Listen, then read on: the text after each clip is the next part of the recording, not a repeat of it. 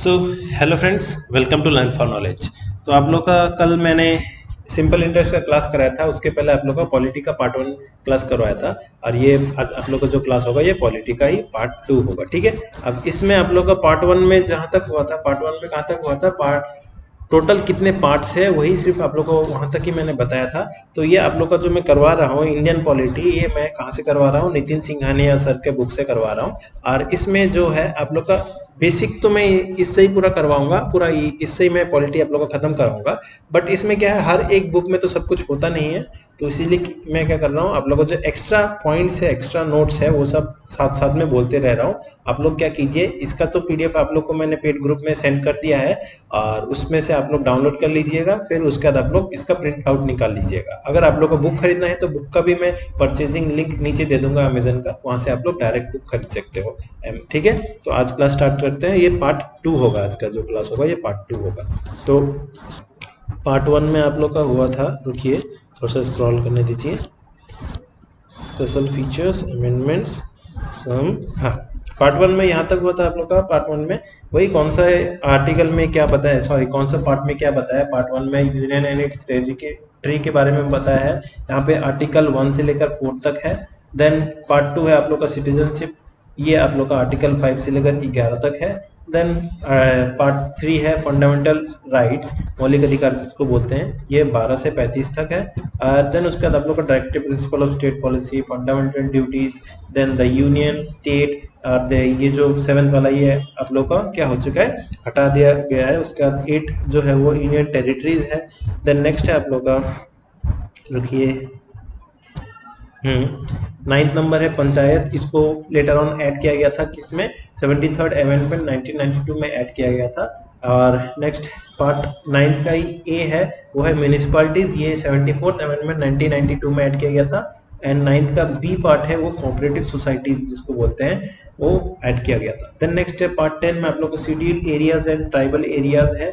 Then 11th में relation between union and state, वही इसमें कौन से लिस्ट में किसको कितना पावर दिया गया, जैसे union list, then state list and concurrent list, ये होता है। वही आप लोग का फेडरल स्ट्रक्चर जिसको हम लोग बोलते हैं, यूनियन को कुछ पावर दिया गया, स्टेट को कुछ पावर दिया गया, वो चीज आप लोग का 7th में बताया गया। देन 11 नंबर में finance distribution revenue between union and state, यानी कि पैसा जो आप लोग का फिनेंस कमीशन डिस्ट्रीब्यूट करता है, जितना भी पैसा आता है टैक्स से आता है, तो उसको डिस्ट्रीब्यूट कैसे करेगा, स्टेट को कितना मिलेगा, यूनियन को कितना मिलेगा, केंद्र सरकार और राज्य सरकार को कैसे करके पैसा मिलेगा, सब कुछ किसमें बताया, पार्ट नंबर 12 में बताया है। एंड नेक्स्ट आप लोग का पार्ट नंबर 12 में ही और एक चीज आप लोग का ऐड किया गया था, जो अब आज ही आप लोग पढ़ोगे, वो क्या पढ़ोगे आप लोग का होगा पार्ट नंबर 12 में। एक चीज एक्स्ट्रा ऐड है, वो है 300 ए में राइट टू प्रॉपर्टी। ये आप लोग का 300 ए में पार्ट 12 में ऐड किया गया है। तो इसको आप लोग अलग से पढ़ोगे, वो मैं नीचे आप लोगों को बता दूंगा जब धीरे धीरे आप लोग पढ़ेंगे। देन उसके बाद आप लोग का पार्ट नंबर 13 में trade, commerce and with in the territories of India, यानी कि हम लोग मान लीजिए वेस्ट बंगाल में हूँ, वेस्ट बंगाल से कहाँ पे मैं कहीं पर भी ट्रेड करना चाहता हूँ या बिजनेस करना चाहता हूँ, मैं करना चाहता हूँ उत्तर प्रदेश में, तो ये सब भी आप लोग को जितने भी प्रोविजन है सब कुछ कहाँ पे बताया है आप लोग का 13 नंबर में बताया गया। And then next services under union and state, यानी कि आप लोग का जो जॉब करना चाहते हो, जैसे कोई भी जॉब है, वो सर्विसेज जो है, जैसे यूनियन के अंडर में रेलवेज आता है, देन पीएससीओज आता है, देन और भी आईएएस ऑफिसर ये सब आते हैं। तो ये सब के, और स्टेट का PSC, then West Bengal police, ऐसे करके बहुत सारे एग्जाम से सब सर्विसेज के बारे में आप लोग का पार्ट 14 में है। देन पार्ट 14 का ए में ट्राइब्यूनल्स के बारे में है। 15 में इलेक्शन के बारे में, इलेक्शन कमीशन की का टेन्योर क्या होगा, देन इलेक्शन कमीशन कितने नंबर आर्टिकल में बताया है। इलेक्शन कमीशन को 2 डेप्यूटी इलेक्शन कमिश्नर संभालते हैं, वो सब चीफ इलेक्शन कमिश्नर को 2 इलेक्शन कमिश्नर संभालते हैं, ये लोग भी ऐसे करके सब कुछ आप लोग का इलेक्शन के बारे में 15 में बताया है। देन 16 में special provision relating to certain classes, यानी कि शेड्यूल कास्ट और शेड्यूल ट्राइब्स को कुछ एक्स्ट्रा प्रोविजंस दिए गए, एक्स्ट्रा फैसिलिटीज दिए गए, वो सब के बारे में पार्ट 16 में है। पार्ट 17 में ऑफिशियल लैंग्वेजेस है, जो कि हम लोग का टोटल ऑफिशियल लैंग्वेज कितना है, 22 ऑफिशियल लैंग्वेज है। देन पार्ट 18 में इमरजेंसी प्रोविजन है, यानी कि टोटल हमारे इमरजेंसी कितने हैं, 3 है, 56। उसके बाद 4 प्लस कीजिए, कितना है, सॉरी पहले 52 है, उसमें 4 प्लस कीजिए 56 आता है, फिर 4 प्लस कीजिए, फिर आप लोग का 60 आता है। तो 352, 56 एंड 60 ये 3 इमरजेंसी प्रोविजंस है। ये सब भी आप लोग को बाद में एक्सप्लेन करके अच्छी तरह से बताऊंगा। देन आप लोग का आता है 19 में मिसलेनियस प्रोविजंस, जो कुछ छूट गया है उन सब के बारे में बताया है। एंड 20 में क्या है आप लोग का अमेंडमेंट ऑफ कॉन्स्टिट्यूशन। हम लोग अपना कॉन्स्टिट्यूशन जो है उसको क्या कर सकते हैं, अमेंड कर सकते हैं, यानी कि संशोधन कर सकते हैं, सुधार सकते हैं अगर कुछ गलती है तो वही कहाँ से हम लोगों ने ये अडॉप्ट किया था, ये साउथ अफ्रीका से अडॉप्ट किया था। ये अडॉप्शन वाला जो है, अडॉप्शन वाला लिस्ट मैं आप लोगों को यहाँ पे दिखा दूँ, हम लोग ने कौन से स्टेट से या कौन सी कंट्री से क्या अडॉप्ट किया था यहाँ पे आप लोग को दिया हुआ है। ठीक है, तो ये चीज़ आप लोग देख लीजिएगा एक बार। ये अडॉप्शन आप लोग को पढ़ना पड़ेगा, यहाँ से एक या दो क्वेश्चन तो आता ही है इस अडॉप्शन वाले पोर्शन से। तो यहाँ पे मैं साउथ अफ्रीका का दिखाता हूँ, यहाँ पे साउथ अफ्रीका का है। साउथ अफ्रीका के कॉन्स्टिट्यूशन से हम लोगों ने क्या अडॉप्ट किया है, यही देखिए यहाँ पे procedure of amendment of constitution adopt किया है। ठीक है, तो ये हो गया आप लोग का साउथ अफ्रीका से हम लोगों ने अडॉप्शन का प्रोसेस यूज किया है। देन नेक्स्ट है, और दो बचा है, वो दो क्या है, 21 का है temporary transition and special provisions, ये एक है। एंड 22 में क्या है, short titles, date of commencement and repeals, authoritative text in Hindi language. तो ये सब आप लोग का टोटल 22 पार्ट है। तो इन 22 पार्ट में हम हर एक पार्ट को अच्छी तरह से डिस्कशन करके पढ़ेंगे। और आप लोग को 22 के 22 ही पार्ट के हर एक आर्टिकल को याद करना है ऐसा कुछ नहीं है, मैंने कभी ऐसा नहीं बोला आप लोग को। क्या आप लोग को अच्छी तरह से जो समझना है और अच्छी तरह से जो पढ़ना है वो क्या है, यहाँ तक ही है। ये 5 क्या है आप लोग का, सबसे पहला है union territories, then citizenship, then fundamental rights, directive principle of state policy and fundamental duties. इन सब का आर्टिकल को आप लोग को एकदम एक एक आर्टिकल को याद कर लेना है, चाट लेना है, बस रट्टा मार लो, इसको कुछ भी करो, इसको रट्टा मार लो, यहीं से आप लोग का डायरेक्ट आर्टिकल पूछा जाता है। और बाद बाकी के जो इंपॉर्टेंट आर्टिकल्स है उनको मैं अलग से आप लोग को अटैच कर दूंगा। ठीक है, तो आर्टिकल के ऊपर मैं इंपॉर्टेंट कौन कौन से आर्टिकल उनको याद करने के शॉर्ट ट्रिक्स भी मैं आप लोग को अच्छी तरह से बताऊंगा, बट वो अलग वीडियो में बताऊंगा। इस वीडियो में मैं नहीं बताने जा रहा, इसमें आप लोग का लेंदी हो जाएगा थोड़ा सा वीडियो। देन नेक्स्ट है, आप देखते हैं यहाँ पे स्टार्ट करते हैं पार्ट 1 में। तो पार्ट 1 में आप लोगों ने देखा क्या है, पार्ट 1 में हम लोग का जो है यूनियन एंड इट्स टेरिटरी, यही है ना, यूनियन एंड इट्स टेरिटरी के बारे में बताया है। तो यूनियन एंड इट्स टेरिटरी में आर्टिकल 1 में क्या है, आर्टिकल 1 में इंडिया का नाम क्या है, इंडिया के ऑफिशियल जो नाम है इंडिया का वो क्या है, भारत है। ठीक है, ये मैं बता दूं, देखिए article 1 of the constitution describes India that is Bharat as a union of state, यानी कि क्या है, भारत एक यूनियन ऑफ स्टेट है। ठीक है, और एक क्या है, जो हम लोग का इंडिया का टेरिटरी है, इंडिया के जो भाग है, टेरिटरी है, वो 2 हिस्सों में बटा हुआ है। एक है टेरिटरी ऑफ द स्टेट और एक है यूनियन टेरिटरी। यानी कि टेरिटरी ऑफ द स्टेट यानी कि राज्य, और यूनियन टेरिटरी मतलब केंद्र शासित मतलब इसको यूनियन टेरिटरी बोलते हैं, केंद्र शासित अंचल बोलते हैं बंगाली में। ठीक है, तो ये दोनों चीज मैं बता दिया आप लोग को। और एक चीज क्या है, आप लोग का अभी एट प्रेजेंट जो हम लोग का टोटल स्टेट्स है वो कितने हैं, 28 स्टेट्स है। एंड यूनियन टेरिटरी कितने हैं, 8 यूनियन टेरिटरी है। अब यहाँ पे आप लोगों का क्वेश्चन आता है, सर 9 यूनियन टेरिटरी होना चाहिए जम्मू कश्मीर के बाद, तो ऐसा कुछ नहीं है। क्यों नहीं है, आप लोग का देखिए, जो आप लोग का टोटल यूनियन टेरिटरी है यहाँ पे 8 है। एक एक आप लोग को नाम लिख के यहाँ पे इन्होंने बता दिया है। तो जो न्यू एकदम लेटेस्ट यूनियन टेरिटरी बना है वो क्या है, Dadra and Nagar Haveli and Daman and Diu, इन दोनों को मर्ज किया गया है। कब मर्ज किया गया था, 26 जनवरी 2020 में इन दोनों को मर्ज किया गया था। 2 यूनियन टेरिटरी को एक साथ मर्ज किया गया था। तो अब क्या है, ये दोनों यूनियन टेरिटरी मर्ज होने के बाद Dadra and Nagar Haveli and Daman and Diu, ये दोनों एक साथ नाम ऐसे करके पढ़ा जाता है। और इनका Dadra and Nagar Haveli and Daman and Diu, और इनका कैपिटल जो है वो क्या है, दमन है। ठीक है, और एक क्या है, ये तो हो गया आप लोग के टोटल 8 यूनियन टेरिटरी। अब आप लोग का है स्टेट टोटल कितने हैं, पहले आप लोग के स्टेट 29 थे, बट अब क्या हो गया, जम्मू कश्मीर जो है, जम्मू कश्मीर जो हम लोग के ऊपर है उसको डिवाइड कर दिया गया। और इसको डिवाइड करने के बाद इसको ही क्या बना दिया गया, स्टेट का जो इनको पावर था स्टेट से हटा के इनको यूनियन टेरिटरी बना दिया गया है। तो वही चीज़ मैं बताना चाहता हूँ। अभी आप लोग का जितने स्टेट है वो कितने हैं, टोटल स्टेट हम लोग के अभी 28 है। जो 28th स्टेट है वो आप लोग का लेटेस्ट स्टेट कौन सा है, तेलंगाना। तेलंगाना कब बना था आप लोग का, 2 जून 2014 में बना था, जिसका आप लोगों का कैपिटल क्या है, हैदराबाद। तेलंगाना कौन सी स्टेट से टूट के बना, वो आंध्र प्रदेश से टूट के बना है, ठीक है। अभी आंध्र प्रदेश का अगर कैपिटल पूछेंगे तो टोटल 3 कैपिटल है, बट 3 कैपिटल आप लोग को पढ़ना नहीं है, एक ही कैपिटल पढ़ना है। आंध्र प्रदेश का एक कैपिटल है अमरावती है, एक कर्नूल है, और एक आप लोग का विशाखापट्टनम है। तो ये 3 आप लोग का कैपिटल पढ़ने का जरूरत नहीं है, आप लोग का सिर्फ एक ही पढ़िए। क्या आप लोग को पढ़ना है, वो है आप लोग का अमरावती, यही आप लोग को सिर्फ पढ़ना है, आंध्र प्रदेश का कैपिटल।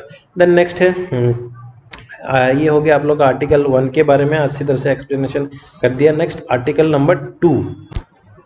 आर्टिकल नंबर 2 में क्या बताता है, इंडिया का पावर, पार्लियामेंट को पावर ये दिया गया है, क्या पावर दिया गया है कि वो लोग कोई भी नया स्टेट एडमिट कर सकते हैं। यानी कि मान लीजिए इंडिया में, मान ये हम लोग का इंडिया है, ये पास में बांग्लादेश है, यहाँ पे श्रीलंका है, यहाँ पे नेपाल, ऐसे भूटान में बता रहा हूँ, ठीक है।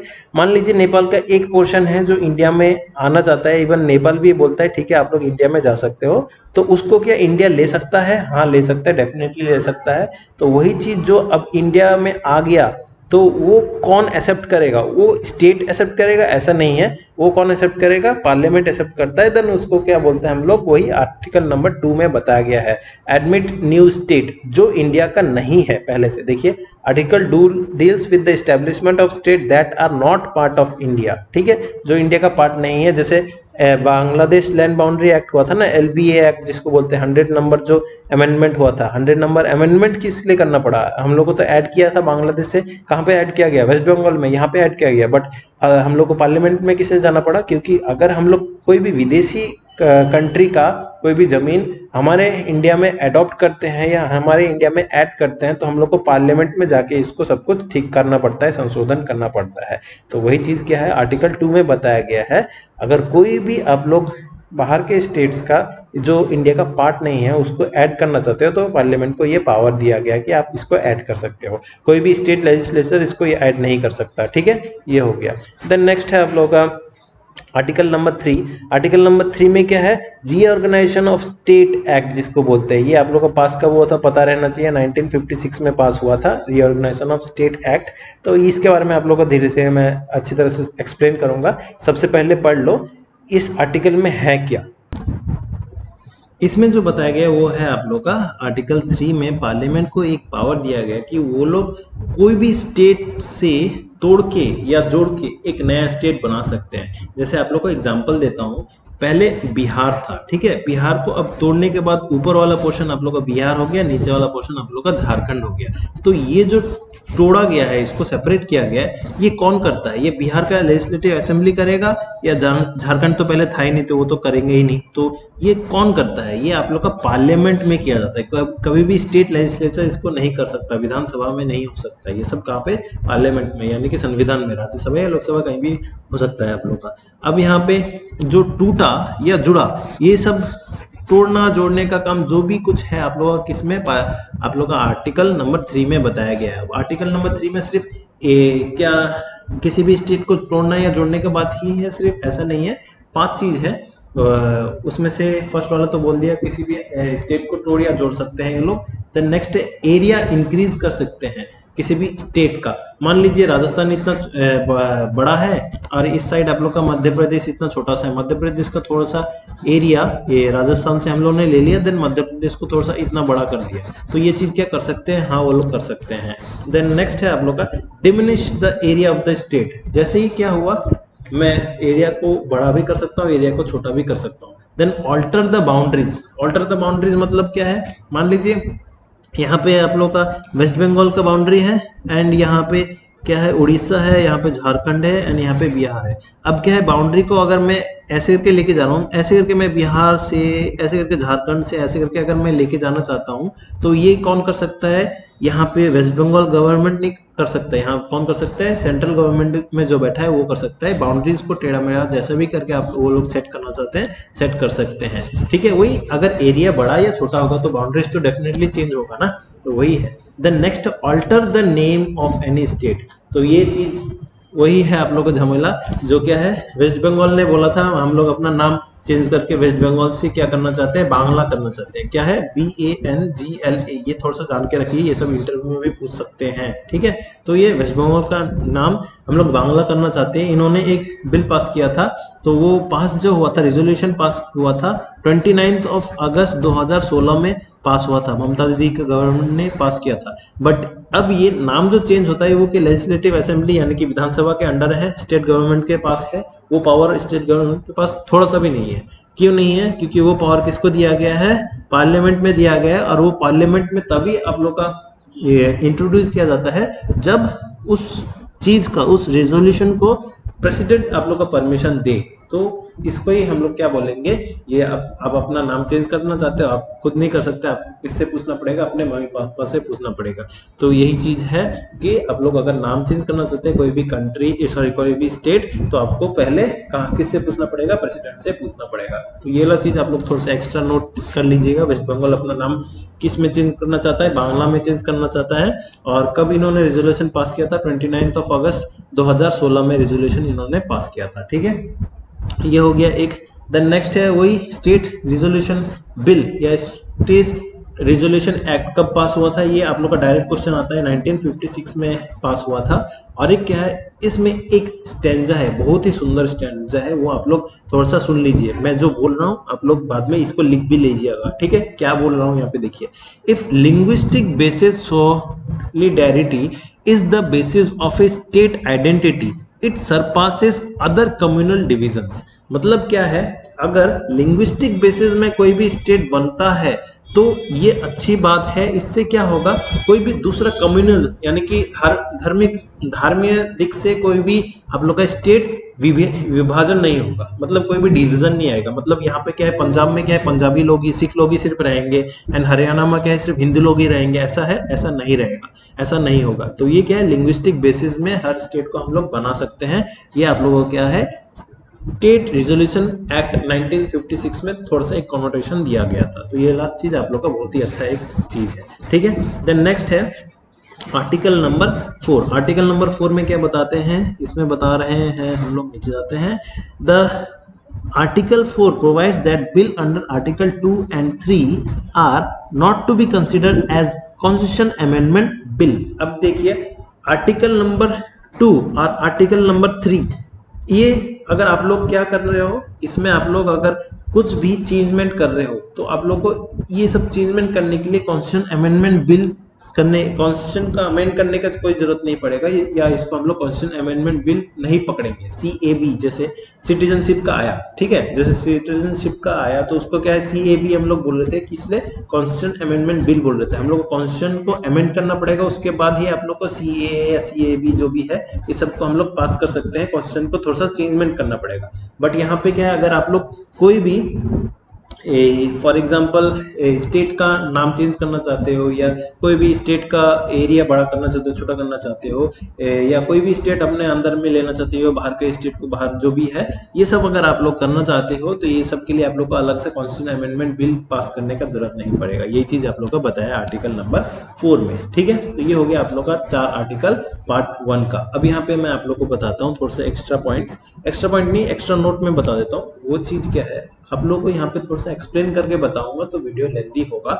बट इसके बाद मैं जब कंप्लीट हो जाएगा ये पार्ट वाले क्वेश्चंस, जब कंप्लीट हो जाएंगे आर्टिकल 1 से लेकर 51 तक, तो इसके ऊपर मैं एक वीडियो बनाऊंगा 10 मिनट का। आप लोग इसको कैसे करके याद रख सकते हो, क्योंकि समझ लिया बहुत अच्छी बात है, बट एट द एंड क्या होता है, आप लोग को इसको रट्टा मार के जाना पड़ता है, कौन से आर्टिकल में क्या है। यही होता है सबके साथ ही, ये होता है। अगर आप लोगों ने समझ लिया तो बहुत अच्छी बात है, कोई खराबी नहीं है। बट बहुत लोग क्या है, यहाँ पे 90% लोग रट्टा मार के जाएंगे आर्टिकल्स को। तो इसको रट्टा मारने का तरीका भाई आप लोग को समझा दूंगा कि कैसे करके आप लोग 1 से लेकर 51 तक एकदम सिंपल तरीके से याद करके रख सकते हो, ठीक है। तो वो वीडियो में बाद में बताऊंगा, पहले ये वाला कंप्लीट कर लो। देन नेक्स्ट है जो अब ये स्टेट रिजोल्यूशन एक्ट पास हुआ, रिकॉग्निशन एक्ट जो भी है, तो इसमें इसके पास होने से पहले 2-3 चीज और भी पास हुआ था। वो क्या था, देखिए, evolution of state and union territories. हम लोग का जब इंडिया स्वाधीन हुआ था तब तो टोटल ओनली 14 स्टेट्स थे। अब क्या है, स्टेट्स जो नए बनेंगे या स्टेट्स का एरिया बढ़ेगा, छोटा का होगा, जो भी कुछ होगा, ये स्टेट्स बनेंगे कैसे, ये स्टेट्स बनेंगे, इन्हों बनाने के लिए क्या 3-4 कमेटी बैठाई गई थी। सबसे पहला जो कमेटी था वो धार कमेटी था, एस के धार कमेटी जिसको बोला जाता है। ये अपॉइंट कब किया गया था? 1947 में अपॉइंट किया गया था। और इसमें क्या बताया, स्टेट को लिंग्विस्टिक बेसिस में बनाना चाहिए हम लोग को, बट इसमें क्या हो गया, इस चीज को हम लोगों ने रिजेक्ट कर दिया था, स्टेट को लिंग्विस्टिक बेसिस में नहीं बनाएंगे। देन नेक्स्ट में आप लोग का सेकंड वाले में भी वही हुआ। सेकंड में क्या हुआ, जेवीपी कमेटी बना। जेवीपी कमेटी यानी कि आप लोग J for Jawaharlal Nehru, B for Vallabh Bhai Patel and P for Pattabhi Sitaramayya. ठीक है, ये आप लोग का इंडियन नेशनल कांग्रेस का जयपुर सेशन में यानी कि 1948 में ये कमेटी फॉर्म हुआ था। इस कमेटी में भी वही बताता है क्या, स्टेट जो बनना चाहते हैं वो लैंग्वेज के बेसिस में बनना चाहिए, तो इस कमेटी का भी क्या कर दिया, रिजेक्शन कर दिया गया। Then next later on Fazal Ali commission बैठाया गया। फजल अली कमीशन कब फॉर्म हुआ था? ये अक्टूबर 1953 में फॉर्म हुआ था। इसके ही तहत क्या हुआ, सबसे पहला लिंग्विस्टिक स्टेट, देखिए ऊपर में इन दोनों ने बोला लिंग्विस्टिक स्टेट बनाई है, फिर भी रिजेक्ट कर दिया गया, बट इसने बोला तो ये एक्सेप्ट किया गया था, नहीं ये भी एक्सेप्ट नहीं किया था उतने तरीके से, बट हम लोग इसको एक्सेप्ट मानते हैं। तो फजल अली कमीशन के तहत क्या हुआ था, सबसे पहला जो इंडिया का लिंग्विस्टिक बेसिस स्टेट था, लैंग्वेज बेसिस स्टेट था, वो क्या था, आंध्र प्रदेश था। और ये आप लोगों का क्वेश्चन आता है, सबसे पहला इंडिया का लिंग्विस्टिक बेसिस स्टेट कौन सा है? ये आंध्र प्रदेश है। ठीक है, तो ये चीज आप लोग थोड़ा सा जान के रखिए। बट इसमें और एक चीज क्या डाला था, जो इसके पहले ये सब लोग बोल रहे थे हर एक स्टेट का अपना खुद एक लैंग्वेज होना चाहिए, तो ऐसा कुछ नहीं है कि मान लीजिए वेस्ट बंगाल में सिर्फ बंगाल स्पीकिंग लोग ही रहेंगे, ऐसा नहीं है, और बिहार में सिर्फ बिहार स्पीकिंग लोग रहेंगे, ऐसा नहीं है। बंगाल में बिहार स्पीकिंग लोग, देन हिंदी स्पीकिंग लोग, बंगाली स्पीकिंग लोग, असमी स्पीकिंग लोग, हर कोई रह सकता है। ये स्टेट अगर आप बनाना चाहते हो लिंग्विस्टिक बेसिस में बनाओ, बट इसमें कम्युनल डिवीजन मत लाओ, ये चीज बताया था इन्होंने। तो वही चीज क्या है, इसके बाद फजल अली कमीशन के तहत ही फर्स्ट लिंग्विस्टिक स्टेट बना था। और उसमें ये क्या है, but like previous commissions in this direction it reject the idea of one language one state. ये जो पहले वालों ने बताया था कि हर एक स्टेट का एक ही लैंग्वेज होना चाहिए, वो इन्होंने क्या किया, कैंसिल आउट किया। उसके बाद से ये फजल अली कमीशन बना था। तो अब जितने भी आप लोगों के स्टेट्स बनते हैं वो किस के तहत बनते हैं, फजल अली कमीशन के द्वारा बनते हैं। अब यहाँ पे जो एक आप लोगों का टाइमलाइन दिया गया है, कौन सा स्टेट कब बना, देन कौन सा स्टेट कितने साल में बना, कौन सा यूनियन टेरिटरी कब बना, ये सब आप लोग का ये टाइमलाइन आप लोग पढ़ लीजिएगा, रट्टा मार लीजिएगा, ये समझाने का कोई मीनिंग ही नहीं बनता। 1956 में कितने थे हम लोग को, 14 स्टेट्स है और 6 यूनियन टेरिटरी थे। उसके बाद सबसे पहला जो बना क्या, Andhra Pradesh was created in 1956 and Kerala in 1956। Andhra Pradesh और केरला बनाए गए थे। देन केरला, कर्नाटका, महाराष्ट्र, पंजाब, नागालैंड, मणिपुर, त्रिपुरा, ये सब धीरे धीरे बनते रहे थे। ठीक है, ये सब आप लोग पढ़ लीजिएगा, ये मैं फालतू टाइम वेस्ट नहीं करूंगा। देन नेक्स्ट है आप लोग का पार्ट 3। तो पार्ट 1 हुआ कंप्लीट, वो क्या था आप लोग का, union and its territory. Then part 2 क्या था आप लोग का, ये पार्ट 2 था सिटीजनशिप, जो कि अब हम लोग पढ़ेंगे। सिटीजनशिप ये बहुत ही एक पेचीदा पार्ट है और इससे आप लोगों को क्वेश्चन तो कंफर्म बनेगा ही। ठीक है, और इस बार जो झमेला हुआ है CAB के लिए, तो इसलिए अब तो ये क्वेश्चन बहुत इंपॉर्टेंट बन ही चुके हैं। तो यहाँ पे हम लोग सिटीजनशिप के बारे में अब पढ़ेंगे। सिटीजनशिप मतलब आप लोगों को पता ही है क्या, नागरिकत्व। तो और उसमें अब कैसे करके पढ़ोगे, तो सबसे पहले है सिटीजनशिप कितने से कितना नंबर आर्टिकल में है। ये आर्टिकल 5 से लेकर आर्टिकल 11 तक सब कुछ सिटीजनशिप के बारे में बताया गया है, और ये पार्ट नंबर 2 में है इंडियन कॉन्स्टिट्यूशन के। ठीक है, सिटीजनशिप को अब क्या है, कोई भी बंदा या बंदी है ना, पर्सन जिसको बोलते हैं, वो 4 कैटेगरी 4 टाइप के लोग ही जो है इंडिया में, जो इंडिया के सिटीजन बन सकते हैं। जो है सबसे पहला वो है a person domicile in the state, जो इंडियन स्टेट का रेसिडेंट है, परमानेंट रेसिडेंट है, वो आप लोग का इंडियन सिटीजनशिप उसको दिया जाएगा, वो ले सकता है। तो वही क्या, a person domicile in the state, ये इंडिया का सिटीजन है। ये किसमें, आर्टिकल नंबर 5 में बताया गया। देन नेक्स्ट है सेकंड में क्या है, आर्टिकल 6 में क्या बताया है, a person migrated to India from Pakistan to become an Indian citizen. जो बंदा पाकिस्तान में था उसका घर, बट डिवीजन के बाद क्या हुआ, इंडिया में आ गया, उनको सिटीजनशिप दिया जाएगा। ठीक है, ये आप लोगों का क्या है, पार्ट सर आर्टिकल नंबर 6 में है। देन नेक्स्ट है आर्टिकल नंबर 7 में क्या बताया, आर्टिकल नंबर 7 में है a person who migrated to Pakistan from India but later return to India for resettlement. यानी कि डिवीजन से पहले क्या हुआ था, डिवीजन के टाइम पे इंडिया से पाकिस्तान बहुत लोग गए थे, पाकिस्तान से इंडिया बहुत लोग आए थे। तो पाकिस्तान से इंडिया अगर आए हो तो आर्टिकल 6 में पढ़ते हो, और इंडिया से पाकिस्तान जाके वापस पाकिस्तान से इंडिया आ गए तो ये आप लोग आर्टिकल नंबर 7 में पढ़ते हो। ठीक है, ये हो गया आप लोग का इंडिया पाकिस्तान का झमेला 6 और 7 का। देन नेक्स्ट है 8 नंबर। 8 नंबर में क्या बोला है, 8 नंबर में बोला है a person of India origin residing outside India, जिसको हम लोग एनआरआई बोलते हैं। इंडियन ओरिजिन के ही लोग जो इंडिया के बाहर रहते हैं उन लोग को भी हम लोग सिटीजन देंगे, तो उन लोग को ही हम लोग क्या बोलते हैं, एनआरआईज बोलते हैं। एनआरआई मतलब नॉन रेसिडेंट इंडियन। तो इनके पास एक अलग सा कार्ड रहता है जो हर किसी के पास नहीं रहता। वो कार्ड कौन सा रहता है, वो कार्ड है आप लोग का ओआईसी कार्ड। ओआईसी कार्ड क्या चीज है, ओसीआई का क्या चीज है, ओसीआई है आप लोग का OCI, overseas citizen of India. तो ये सब हो गया। अब ये क्या है, इंडिया जो फॉलो करता है वो आप लोग का सिंगल सिटीजनशिप फॉलो करता है, कोई भी स्टेट सिटीजनशिप नहीं मिलता। सिंगल सिटीजनशिप का आप लोग का मतलब है आपका, अब मैंने इसके पहले भी बताया था, अगर मेरा पीएम का वोट हुआ और सीएम का वोट हुआ, पीएम के वोट के लिए अलग सा वोटर कार्ड एंड सीएम के वोट के लिए अलग सा वोटर कार्ड, ये रहेगा कि ऐसा होता है, कभी नहीं होता, ये दोनों के लिए एक ही वोटर कार्ड होता है। तो इसको आप लोग सिंपली सिंगल सिटीजनशिप बोल सकते हो। और ये क्या है, ड्यूल सिटीजनशिप, ट्रिपल सिटीजन जो भी है आप लोग का। अब यहाँ पे क्या है, हम लोग सोचते हैं किसी दूसरे कंट्री का हम लोग सिटीजनशिप ले सकते हैं, वो सब अलग चीज़ है, वो सब अलग माजरा है। अब ये क्या है, सिंगल सिटीजनशिप में आप लोग का ये हम लोग ने अडॉप्ट कहाँ से किया, ये यूके से हम लोग ने अडॉप्ट किया था। ठीक है, यूनाइटेड किंगडम से हम लोग ने अडॉप्ट किया था। देन नेक्स्ट 8 तक हुआ, उसके बाद 9 एंड 10। अब 9 एंड 10 तो यहाँ पे आप लोग का पता है क्या है नहीं, तो इसका मतलब क्या 9 एंड 10 पढ़ेंगे नहीं है। अब यहाँ पे क्या है मैं बता रहा हूँ, हर एक बुक में सब कुछ तो होता नहीं है ना कुछ तो मिसिंग रहता है, तो उसी को ही मैं मैचअप करने के लिए, उसी को बैलेंस करने के लिए हम है ना टीचर इसलिए होते हैं, तो वही 9 एंड 10 मैं आप लोग का भी बता देता हूँ। तो वो जानने से पहले आप लोगों को क्या जानना पड़ेगा, acquisition of citizenship, citizenship act 1955। तो ये चीज़ अब क्या है, तो हम लोग जो इंडिया के लोग हैं, हम लोगों के पास तो सिटीजनशिप पहले से ही है ना, हम लोग अलग से सिटीजनशिप का कोई भी सर्टिफिकेट नहीं दिखाना पड़ेगा, कोई भी ये सब नहीं करना पड़ेगा। अब तो करना ही पड़ेगा, सीवीए जो आ गया है, जो भी है वो सब पॉलिटिकल इश्यूज हैं।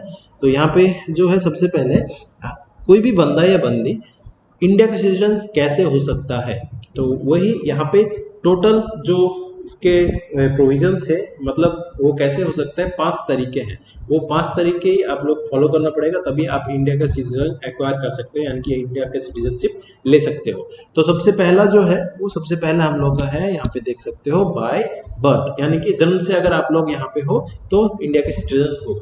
जन्म से इसका मतलब क्या बताता है, इसका मतलब बताता है आप लोग 26 जनवरी 1950 से 1 जुलाई 1987 के बीच में अगर आप लोग का जन्म हुआ है तो आप लोग ऐसी ऑटोमेटिकली इंडिया के सिटीजन हो। ठीक है, ये हो गया आप लोग का फर्स्ट। देन सेकंड है, टोटल 5 है। ठीक है, टोटल 5 तरीके से आप लोग इंडिया के सिटीजनशिप एक्वायर कर सकते हो। तो सबसे पहला वो है। देन नेक्स्ट है बाय डिसेंट। डिसेंट का मतलब क्या होता है, वंश।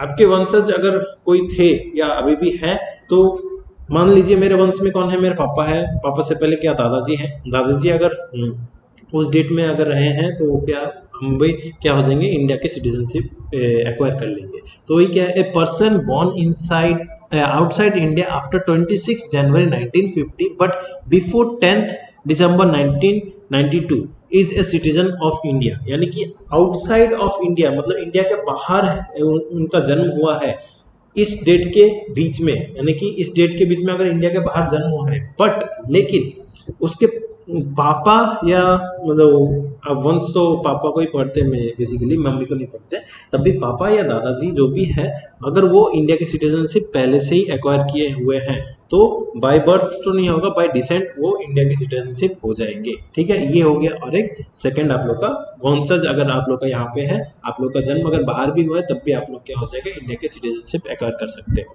देन नेक्स्ट है बाय रजिस्ट्रेशन। रजिस्ट्रेशन वाला प्रोसेस थोड़ा सा आप लोग को रट्टा मारना पड़ेगा, कि यहाँ पे आप लोग को समझा देता हूँ, फिर भी अगर आप लोग समझ नहीं पाए तो सिर्फ रट्टा मार लो, 7 ईयर वाला से सिचुएशन समझ लो। ठीक है, तो यहाँ पे आप लोग को सब समझने की जरूरत नहीं है, ये सब आप लोग का एकदम यूजलेस है। तो जो मेन चीज़ है जैसे ये वाला और ये वाला आप लोग को यूजलेस है, ये सब आप लोग को समझना नहीं है। मेन है ए एंड सी वाला पॉइंट जो समझना है। क्या है, person of Indian origin reside in India for a period of 7 years before application. यानी कि अगर आप इंडिया के नहीं हो, ठीक है, मान लीजिए आप इंडिया के नहीं हो लेकिन इंडियन ओरिजिन में यहीं पर ही रह रहे हो, एप्लीकेशन मतलब आप लोग एप्लीकेशन दे रहे हो किस चीज़ का, मुझे इंडिया का सिटीजनशिप चाहिए, ये एप्लीकेशन देने के 7 साल पहले से ही आप अगर यहाँ पे रह रहे हो तो क्या होगा, आप लोग को बाय रजिस्ट्रेशन इंडिया का सिटीजनशिप मिल जाएगा। और एक चीज़ क्या है, मान लो आप बाहर के बंदे हो, मान लो आप लोग श्रीलंका के हो, ठीक है, श्रीलंका से आप यहाँ पे आए, फिर यहाँ पे कोई लड़की आप लोग को पसंद आ गई, या कोई भी लड़की यहाँ पे आई, कोई भी लड़का आप लोग को यहाँ पे पसंद आ गया, तो क्या हुआ, यहाँ पे आपका शादी हो गया। अब ये शादी करने के बाद आप यहीं पर ही रुक गए। ठीक है, तो ये क्या है, a person married to an Indian citizen and reside in India for a period of 7 years before application. यानी कि एप्लीकेशन देने से पहले आप लोग शादी करके यहीं पर ही रुक गए, सेटल हो गए 7 साल तक या 7 साल से ज्यादा, तब आप लोग को क्या, बाय रजिस्ट्रेशन आप लोग को इंडिया का सिटीजनशिप मिल जाएगा। देन नेक्स्ट है, ये वाला हो गया आप लोग का सिटीजनशिप का part third type. Then next है सिटीजनशिप कैसे एक्वायर कर सकते हो, ये आप लोग का fourth type by naturalization. Naturalization वही नॉर्मली आप लोग कैसे सिटीजनशिप एक्वायर कर सकते हो, ये बाय नेचुरलाइजेशन फॉरेनर्स के लिए होता है। बेसिकली फॉरेनर्स को किस लिए मैं यहाँ पे इंक्लूड कर रहा हूँ, क्योंकि क्या है, मान लीजिए बाहर से कोई बांग्लादेश से ही मान लीजिए, बांग्लादेश से इंडिया में कोई आया, अब यहाँ पे वो इलीगली घुसपैठ या जिसको हम लोग बोलते हैं इलीगली वो घुसा है या फेंसिंग काट के ऐसे करके घुसा है, ऐसा नहीं, वो नॉर्मली बांग्लादेश में था, बांग्लादेश को छोड़ के वो इंडिया में आया और यहीं पर ही बस गया, यहीं पर ही रह गया। तो अब क्या है, उसको ऑर्डिनरी रेसिडेंट बोला जाएगा। कब बोला जाएगा, हु इज ऑर्डिनरीली रेसिडेंट कब बोला जाएगा, जब वो यहाँ पे परमानेंटली 12 ईयर्स या उससे ज्यादा तक रह रहा है, तब उसको क्या, नेचुरलाइजेशन सिटीजनशिप दे दिया जाएगा। ठीक है, अब यह क्या है, बाहर का ही बंदा अगर यहाँ पे शादी कर ले तो 7 साल में मिल जाएगा, बाहर का ही बंदा अगर यहाँ पे रहे 12 साल तक तो क्या है, वो उसको सिटीजनशिप मिल जाएगा। तो बेटर है ना, शादी कर लो तो जल्दी आप लोग सिटीजनशिप मिल जाएगा। तो देन नेक्स्ट है बाय इनकॉर्पोरेशन ऑफ टेरिटरी। इसका मतलब क्या है, मान लीजिए हम लोग का इंडिया है और ये हम लोग का बांग्लादेश है। LBA एक्ट बहुत ही एक माइलस्टोन है, इसमें आप लोग अच्छी तरह से पढ़ोगे तो आप लोग को बहुत सारे चीज यहाँ पे समझ में आ जाएंगे। LBA लैंड बाउंड्री एक्ट जो 100 नंबर मैंने आपको पहले अभी बताया, उसमें क्या है, ये इंडिया है और ये आप लोग का बांग्लादेश है। बांग्लादेश में कुछ कुछ पोर्शन जो इंडिया के थे वो बांग्लादेश में गए, कोच बिहार का कुछ पोर्शन बांग्लादेश में गया और कुछ कुछ पोर्शन जो है इंडिया में आया। तो क्या इंडिया ने बांग्लादेश के कुछ एरियाज ऑक्यूपाई कर लिए, कुछ टेरिटरीज ऑक्यूपाई कर लिए। तो इस ऑक्यूपाई करने के लिए क्या हुआ, वहां के जो लोग हैं उन लोग को ऑटोमेटिकली इंडिया का सिटीजनशिप मिल गया, उन लोग को अलग से अप्लाई करने का जरूरत नहीं पड़ेगा। तो वही क्या है, बाय इनकॉर्पोरेशन ऑफ टेरिटरी। बाहर किसी फॉरेन कंट्री का कोई भी थोड़ा सा अगर पार्ट हम लोग इंडिया में लेते हैं तो क्या है, वो लोग जो बंदे हैं उन लोग को ऑटोमेटिकली सिटीजनशिप मिल जाएगा इंडिया का। तो ये हो गया 5 वे हम लोग सिटीजनशिप कैसे ले सकते हैं। ठीक है, नेक्स्ट है सिटीजनशिप ले सकते, ये तो हो गया। अब यहाँ पे होगा सिटीजनशिप आप लोग का कैसे चला जा सकता है, वो भी किसमें बताया है, वो भी आप लोग का यही सिटीजनशिप ऑफ इंडिया एक्ट 1955 में बताया गया है। वो क्या है, कैसे जा सकते हैं, 3 तरीके हैं आप लोग का सिटीजनशिप चले जाने का। एक है आप अगर उसको छोड़ दो, रुको मैं दिखा देता हूँ। सिटीजनशिप आपको नहीं चाहिए, आप लोग क्या इस कंट्री में और नहीं रहना चाहते, नेक्स्ट किसी और कंट्री में जाना चाहते हो, तो आप लोग को इंडिया का सिटीजनशिप छोड़ना पड़ेगा बाय रिनंशिएशन, यानी कि त्याग करना पड़ेगा आप लोग को। तो आप लोग को क्या इंडिया का सिटीजनशिप लूज यानी कि छूट जाएगा, आप लोग को सिटीजनशिप नहीं देंगे। देन नेक्स्ट है बाय टर्मिनेशन। ये चीज है आप लोग का आर्टिकल नंबर 9। देखिए आर्टिकल नंबर 8 तक आप लोगों ने पढ़ा था, आर्टिकल नंबर 8 के बाद आप लोग को 9, 10, 11 तो दिया नहीं है ना। तो आर्टिकल नंबर 8 यहाँ पे मैं दिखा दूँ, यहाँ पे 8 तक पढ़ा था हम लोगों ने ऊपर में। देन आप लोग का अब आता है 9। आर्टिकल नंबर 9 में क्या है, 9 में बता रहा है बाय टर्मिनेशन। बाय टर्मिनेशन का मतलब अब यहाँ पे क्या आ जाता है, टर्मिनेशन में बोलते हैं अगर इंडिया का ही कोई बंदा है, ठीक है, इंडिया का कोई पर्सन है जो वॉलंटरी किसी और कंट्री का सिटीजनशिप एक्वायर करता है, यानी कि किसी और कंट्री का सिटीजनशिप अगर ले लेता है, मान लीजिए यहाँ पे इंडिया है और ये पाकिस्तान है, इंडिया का ही बंदा वहां पे जाके पाकिस्तान का सिटीजनशिप ले लेता है, तो क्या हो जाएगा, इंडिया का जो सिटीजनशिप है उसका वो क्या कैंसिल आउट हो जाएगा, क्योंकि इंडिया सिर्फ सिंगल सिटीजनशिप देता है, ड्यूअल सिटीजनशिप ये नहीं देता। और ये क्या है, दो कंट्री का सिटीजनशिप आपके साथ पास नहीं हो सकता।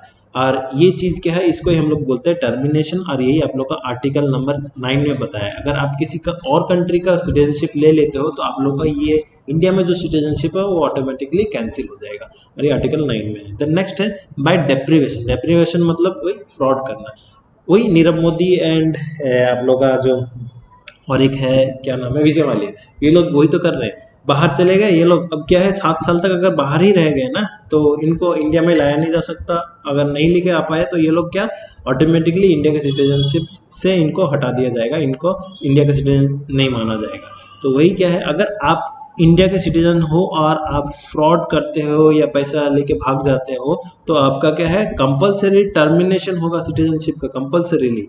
तब नहीं, जब आप लोग का 7 साल कंप्लीट हो जाएगा, आप बाहर ही हो, बिना बताए बिना कुछ किए आप लोग 7 साल तक कंट्री के बाहर ही हो, तब आप लोगों का क्या है, सिटीजनशिप कैंसिल हो जाएगा। तो ये 3 चीज है, आप लोग अगर छोड़ दोगे तब, और अगर आप बाहर का सिटीजनशिप ले लोगे तब, और अगर आप फ्रॉड करके भाग जाओगे तब, ये 3 चीज से आप लोग का सिटीजनशिप कैंसिल हो जाएगा। तो ये आप लोग का सिटीजनशिप का कंप्लीट मैंने समझा दिया है। देन नेक्स्ट हम लोग जाएंगे यहाँ पे overseas citizen of India, OCI, जिसको मैंने यहाँ पे बताया पीछे, वो ये चीज़ है, वो कब से हम लोग फॉलो कर रहे हैं। ये प्रवासी भारतीय दिवस एक चीज़ है, यहाँ पे मैं आप लोग को और एक चीज़ मैं बता दूँ। प्रवासी भारतीय दिवस हम लोग कब सेलिब्रेट करते हैं, 9 जनवरी को सेलिब्रेट करते हैं। क्यों सेलिब्रेट करते थे, क्योंकि महात्मा गांधी जी इंडिया में आए थे, कब, 9 जनवरी में आए थे 1915 में। तो उसी को ही हम लोग क्या प्रवासी भारतीय दिवस हिसाब से सेलिब्रेट करते हैं, उसी डेट को, ठीक है। देन नेक्स्ट है आप लोगों का सिटीजन अमेंडमेंट एक्ट और सिटीजन अमेंडमेंट बिल, ये जो है इसको आप लोगों को अलग सा एक टॉपिक है, इसको अलग से आप लोगों को पढ़ना पड़ेगा। फिर मैं आप लोगों को छोटे में संक्षेप में बता देता हूँ। सिटीजनशिप अमेंडमेंट एक्ट जो है 2019 में पास हुआ। 2019 में 2 बड़े चीज़ें हुए थे, वो क्या है, आप लोग का कोविड-19 और ये C फॉर CAA 19, ये 2 चीज़ आप लोग याद करके रखिए, सबसे खराब चीज़ है 2 चीज़ ये लाइफ के, आप लोग अगर आप लोग मानोगे तो। देन नेक्स्ट है आप लोगों का, ये डेट पूछ लेते हैं, ये बिल जो है आप लोगों का ये पास हुआ था पार्लियामेंट से, तब एक्ट कब बना था, ये आप लोग का 11 दिसंबर 2019 में बना था, ठीक है। और भी इसमें क्या बताया गया है, जो रिलीजियस आप लोग के माइनॉरिटीज़ है, जो कहाँ से, पाकिस्तान, बांग्लादेश, अफगानिस्तान, इस कंट्रीज़ के जो रिलीजियस माइनॉरिटीज़ है, जो Hindu, Sikh, Buddhism, Jainism, Parsi and Christian, वो अगर इंडिया में अपना सिटीजनशिप लेना चाहते हैं, एक्वायर करना चाहते हैं तो ले सकते हैं, ठीक है। उस सब में सिर्फ तीन बोल रहे सर, 4 स्टेट्स नहीं पढ़ते। इस CAA में कौन कौन से स्टेट नहीं पढ़ता, अगर आप लोग को ऐसे करके डायरेक्ट पूछ लेंगे तो क्या हो जाएगा, तो यहाँ पे आप लोग का 4 स्टेट जो नहीं पढ़ते, वो माता जी नहीं पढ़ती, ठीक है। माता जी को कभी सिटीजन का जरूरत नहीं पड़ता, वो पहले से सिटीजन होती है। माता का मतलब क्या है, M for Meghalaya, A for Assam, T for Tripura, A for आप लोग का आ जाता है, सो यहाँ पे मैंने दिखाया है TMAA, ये है आप लोग का। हाँ, सिटीजनशिप जो है आप लोग का एक मातम है, माता मैं गलती से बोल दिया था, तो ये मातम MATM मातम है। तो ये मातम क्या है, Meghalaya, Assam, Tripura and Mizoram, in 4 countries में मातम नहीं मनाया जाएगा, ठीक है। इन 4 स्टेटों में आप लोग का मातम नहीं बनाया जाएगा, इन 4 स्टेटों में CAA भी आप लोग का प्रोविजन नहीं फॉलो किया जाएगा अभी। देन नेक्स्ट है फंडामेंटल राइट। तो सिटीजनशिप यहाँ पे कंप्लीट होता है, अब आता है आप लोग का फंडामेंटल राइट, और आप लोग का आज में फंडामेंटल राइट कंप्लीट करने के बाद ये वीडियो स्टॉप कर दूंगा। देन नेक्स्ट उसके बाद हम लोग fundamental duties and directive principle of state policy ये सब पढ़ेंगे। तो फंडामेंटल राइट में हम लोग का सबसे पहला ये कौन से नंबर पार्ट में है, ये आप लोग का पार्ट है नंबर 3, पार्ट नंबर 3। और कौन से नंबर आर्टिकल में है, आर्टिकल 12 से 35 तक ये है। और ये जो पार्ट नंबर 3 है, इसको ही हम लोग क्या बोलते हैं, मैग्ना कार्टा ऑफ इंडिया बोलते हैं। कॉन्स्टिट्यूशन में इसको किस नाम से जाना जाता है, Magna carta of Indian constitution भी बोला जा सकता है। और मैग्ना कार्टा मतलब ये एकदम बेस्ट, ठीक है, इसको इससे ही आप लोग का पूरा एकदम चेंजमेंट हुआ है, यही सबसे मेन चीज है, ये चीज आप लोग का है मैग्ना कार्टा, मोस्ट इंपॉर्टेंट चीज। और Magna carta of Indian education किसको बोलते हैं, Magna carta of Indian education हम लोग वुड डिस्पैच को बोलते हैं, ठीक है, ये भी आप लोग जरूर जान के रखिए। ये सब आप लोग को छोटे छोटे चीज जो मैं बता रहा हूँ ना, ये सब आप लोग लिख के रखिएगा सब पास ही में, तो ये सब आप लोग का बहुत ही जरूरत पड़े, मतलब बाद में यूज में आएगा। देन नेक्स्ट फंडामेंटल राइट जो है वो जस्टिसेबल है, हाँ वो जस्टिसेबल है। दो चीज मैं बताता हूँ, एक है फंडामेंटल राइट और एक है फंडामेंटल ड्यूटी। राइट जो है जस्टिसेबल है और फंडामेंटल ड्यूटी जो है नॉन जस्टिसेबल है। फंडामेंटल राइट अगर आप तोड़ते हो तो आप लोगों को क्या जेल होगा, और फंडामेंटल ड्यूटी अगर आप तोड़ते हो तो आप लोगों को जेल नहीं होगा। जैसे फंडामेंटल राइट है, अगर किसी को जीने का अधिकार है, आप लोग जीने का अधिकार उसको छीन ले रहे हो, उसको कत्ल कर दे रहे हो, तो क्या है, आप लोग इसके फंडामेंटल राइट को उल्लंघन कर रहे हो, और फंडामेंटल राइट को अगर उल्लंघन करेंगे तो आपको जेल हो जाएगी। सिंपल भाषा में समझा रहा हूँ। देन नेक्स्ट फंडामेंटल ड्यूटी क्या है, फंडामेंटल ड्यूटी मान लो हाँ तिरंगे को सल्यूट करना, ठीक है। अगर फंडामेंटल ड्यूटी हम लोगों को क्या है, हम लोगों का कर्तव्य है, ये हम लोग को करना चाहिए, देश के प्रति सद्भावना रखना चाहिए, तो वही चीज़ क्या है, अगर कोई मान लीजिए नहीं कर रहा, तो अगर कोई नहीं कर रहा तो इसके अगेंस्ट आप एफआरआई कर सकते हो, नहीं आप एफआरआई नहीं कर सकते, ये किसी भी कानून या किसी भी चीज़ में कहीं भी लिखा नहीं है, आपका ये अधिकार नहीं है, आपका ये कर्तव्य है, आप करो। लेकिन आप अगर नहीं करना चाहते तो कोई प्रॉब्लम नहीं है, बट आप लोग को करना चाहिए। तो ये क्या है आप लोग का, इसे हम लोग बोलेंगे नॉन जस्टिसेबल। अगर आप फंडामेंटल ड्यूटी तोड़ते हो तो आपको जेल नहीं होगा। तो ये सिंपल चीज़ में आप लोग को समझा दिया, fundamental duty and fundamental right में डिफरेंस क्या होता है। और ये फंडामेंटल राइट आप लोग क्या नॉन जस्टिसेबल होता है। देन नेक्स्ट है नीचे, अब यहाँ पे आप लोग को एक एक चीज़ थोड़ा सा धीरे धीरे समझाता हूँ। वो है सबसे पहला जो है ये फंडामेंटल राइट, सर इसके पहले मैंने तो आप लोगों को 10 और 11 तो बताना ही भूल गया, चलो 10 और 11 थोड़ा सा मैं बता देता हूँ, और वो आप लोग का नीचे है, देखिए यहाँ पे मैं कर देता हूँ। तो इसमें आप लोग का 9 तक बताया था, ये वाला जो आर्टिकल था आप लोग का ये 9 था। आर्टिकल नंबर 10 में क्या बताया, आर्टिकल नंबर 10 में आप लोग को बताया है अगर कोई इंडिया का सिटीजन है, जो लोग इंडिया के सिटीजन है उनको पार्लियामेंट के द्वारा जितने भी लॉज बनाए गए उनको फॉलो अप करना पड़ेगा, उनको मानना पड़ेगा। तो ये है आर्टिकल नंबर 10 में बताया है, इसमें कोई अलग सा न्यू चीज़ नहीं है, इसलिए आर्टिकल 10 कभी लिखा नहीं रहता किसी बुक में। देन नेक्स्ट है आर्टिकल नंबर 11। आर्टिकल नंबर 11 में क्या बताया है, पार्लियामेंट सिर्फ और सिर्फ पार्लियामेंट के पास ही पावर है सिटीजनशिप लॉ के लिए कुछ भी आप लोग का सिटीजनशिप लॉ में वो लोग फेरबदल कर सकते हैं या उसको रेगुलेट कर सकते हैं। तो सिटीजनशिप का जो लॉ है, यानी कि आप कैसे सिटीजनशिप एक्वायर कर सकते हो या कैसे सिटीजनशिप को आप लोग हटा सकते हो या रिमूव कर सकते हो, तो ये सब पावर किसको दिया गया, ये सिर्फ और सिर्फ पार्लियामेंट को दिया गया है। तो ये दो चीज़ आप लोग का आर्टिकल नंबर 10 एंड 11 में बताया गया है, ठीक है। देन नेक्स्ट हम लोग जाते हैं नीचे, यहाँ पे फंडामेंटल राइट्स में थे। फंडामेंटल राइट्स में जो आप लोग को बताया है वो है सबसे इम्पोर्टेंट, आप इंडियन कॉन्स्टिट्यूशन में कुछ भी कैंसिल आउट कर सकते हो, किसी चीज़ को भी आप रिमूव कर सकते हो, लेकिन फंडामेंटल राइट जो है आप लोग उसको रिमूव नहीं कर सकते, क्योंकि फंडामेंटल राइट क्या है, एकदम परमानेंट है, इसको हम लोग रिमूव नहीं कर सकते, कुछ भी अफेक्ट नहीं कर सकते, अमेंड नहीं कर सकते इसको। द नेक्स्ट फंडामेंटल राइट जो है हम लोग का सस्पेंड हो सकता है। कब सस्पेंड हो सकता है, इमरजेंसी के टाइम में सस्पेंड हो सकता है। फंडामेंटल राइट हम लोग का इमरजेंसी के टाइम में सस्पेंड हुआ। इमरजेंसी कितना है मैंने बताया है आप लोग का 352, देन 4 ऐड किया 356, देन 4 ऐड किया 360, ठीक है। 3 आप लोग का इमरजेंसीज है। इस इमरजेंसी में कौन सा कब आप लोग का कैंसिल नहीं हो सकता, तो ये देखिए, fundamental right can be suspended during national emergency. Exceptions जो है आप लोग का आर्टिकल 20 एंड 21 है। आर्टिकल 20 या 21 जो है वो कभी भी हम लोग का सस्पेंड नहीं होता। फंडामेंटल इमरजेंसी लगता है तो क्या होता है, इमरजेंसी लगता है तो सबसे पहले चीज जो होता है वो क्या होता है, फंडामेंटल राइट्स आप लोग का सस्पेंड हो जाता है। कोई भी आप लोग फंडामेंटल राइट्स आपका नहीं माना जाएगा। लेकिन दो चीज है जो कभी भी आप लोग को सस्पेंड नहीं होता, वो क्या सस्पेंड नहीं होता, article number 20 and 21। Life liberty जो भी है ये 21 में है, वो मैं आप लोग को नीचे बताऊंगा, अच्छी तरह से एक एक समझाऊंगा। और एक चीज क्या है, जब हम लोग का नेशनल इमरजेंसी लगता है, नेशनल इमरजेंसी का मतलब ये जो आर्टिकल 352 है ये नेशनल एंड इंटरनेशनल आप लोग का इंटरनल जितना भी एग्रेशन होता है उन सब में इमरजेंसी लगता है, और ये कॉन्स्टिट्यूशनल इमरजेंसी है जिसको हम लोग प्रेसिडेंट रूल भी बोलते हैं, और ये आप लोग का फिनेंशियल इमरजेंसी जो आज तक एक बार भी नहीं लगा। तो इन दोनों में तो आप लोग का सिंपली मैं समझा दिया, आर्टिकल 20 एंड 21 में आप लोगों को कुछ नहीं, कभी भी ये नहीं होता, सस्पेंड नहीं होता। 19 जो है 19 है आप लोग का, ये इंटरनल अगर इमरजेंसी लगा तो उस क्षेत्र में आप लोग का 19 सस्पेंड नहीं होगा, बट एक्सटर्नल अगर इमरजेंसी लगा है तो आप लोग का 19 क्या होगा, सस्पेंड हो जाएगा। ठीक है, तो ये चीज है आप लोग का थोड़ा सा समझने का, ये हो गया। देन नेक्स्ट है हम लोग का जो आर्टिकल्स है ये फंडामेंटल राइट्स के अंदर, और फंडामेंटल राइट्स टोटल हमारे कितना दिया है गवर्नमेंट ने या हमारे कॉन्स्टिट्यूशन ने।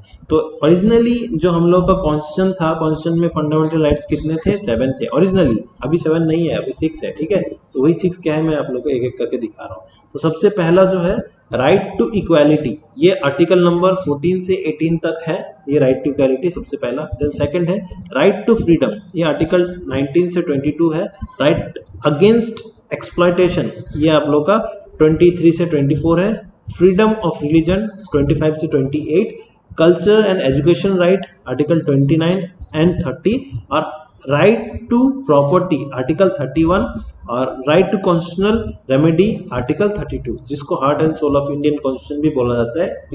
किसने बोला था, B.R. अम्बेडकर ने बोला था। ठीक है, वो सब मैं आप लोग को एक्सप्लेन करूंगा एक एक। अब यहाँ पे क्या है, हमने यहाँ पे कितना पढ़ा, 4 5 6 7, बट अभी ओरिजिनली कितना है आप लोग का, फंडामेंटल राइट्स तो 6 है, तो कौन सा नहीं है, जो नहीं है वो है राइट टू प्रॉपर्टी। इसको आप लोगों को क्या किया है, हटा दिया गया है राइट टू प्रॉपर्टी को। अब फंडामेंटल राइट से क्या कर दिया गया है, लीगल राइट में कर दिया गया। अब फंडामेंटल राइट और लीगल राइट में क्या डिफरेंसेस है, इसमें डिफरेंस है, फंडामेंटल राइट को क्या कॉन्स्टिट्यूशन प्रोटेक्ट करता है कि इसको हम लोग कोई भी अलग सा लॉ बना के चेंज नहीं कर सकते। मान लीजिए आप लोगों को क्या है, राइट अगेंस्ट एक्सप्लॉयटेशन, इसमें कॉन्स्टिट्यूशन में बताया गया आप कुछ किसी का भी एक्सप्लॉयटेशन नहीं कर सकते। ये मान लीजिए कोई भी बंदा है,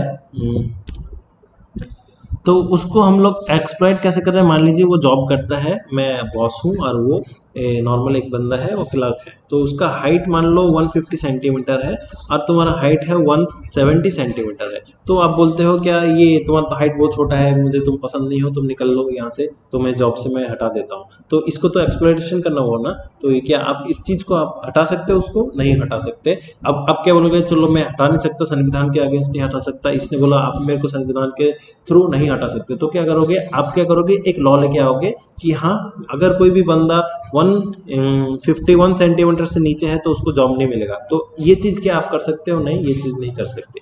कोई भी लॉ लाके आप लोग फंडामेंटल राइट को चेंज नहीं कर सकते।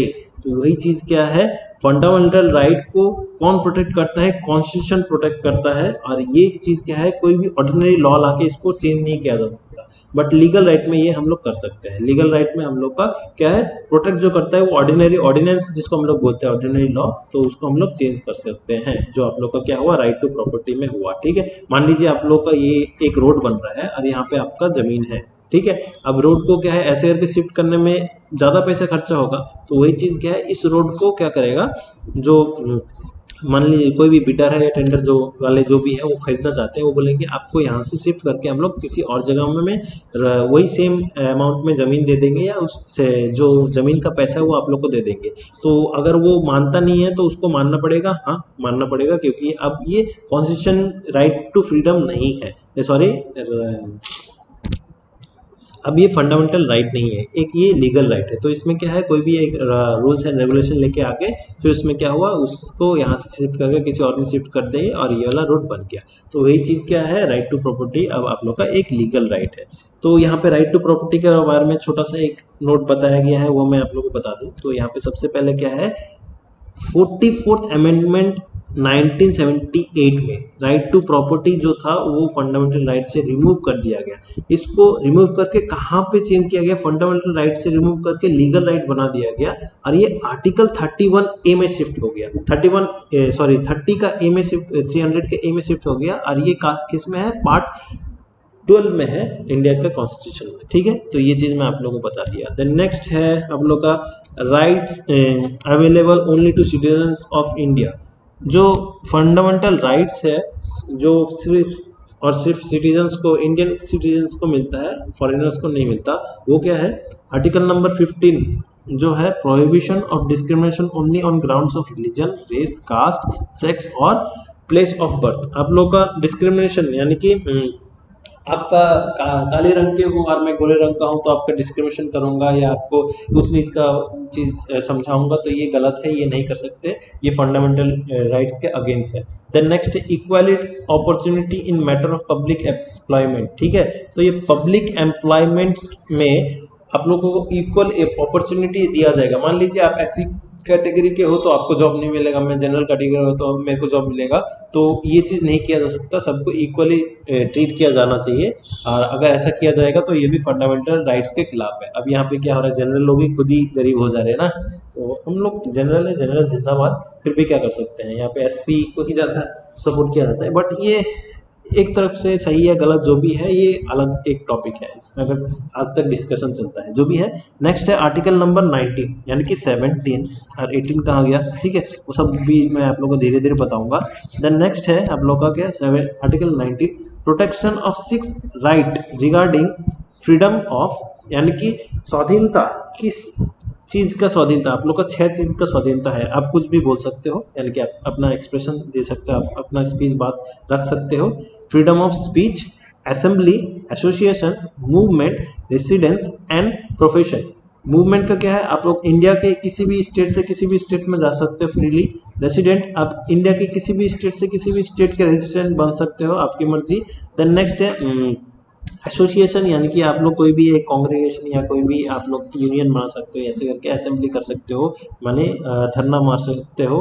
देन आप कोई भी प्रोफेशन चूज करना चाहते हो तो चूज कर सकते हो। आप वकील के बेटे हो, आप फुटबॉलर बनना चाहते हो तो फुटबॉलर बन लो, डॉक्टर के बेटे हो तो आप इंजीनियरिंग नहीं कर सकते, ऐसा कुछ नहीं है, आप लोग कुछ भी कर सकते हो। ये चीज आप लोग का संविधान ने पावर दिया है। देन नेक्स्ट है article 29 protection of language, script, culture and minorities and article 30 right of minorities to establish and administer educational institute. ये आप लोग का सिर्फ किसको दिया गया है, ये इंडिया के सिटीजन्स को ही सिर्फ ये सब पावर दिया गया है। फॉरेनर्स को भी जो पावर दिया गया वो भी मैं आप लोग को धीरे धीरे एक्सप्लेन कर रहा हूँ, ठीक है। अब हम लोग आते हैं यहाँ पे, आपको पहले ये साफ कर दूँ, नहीं करता हूँ।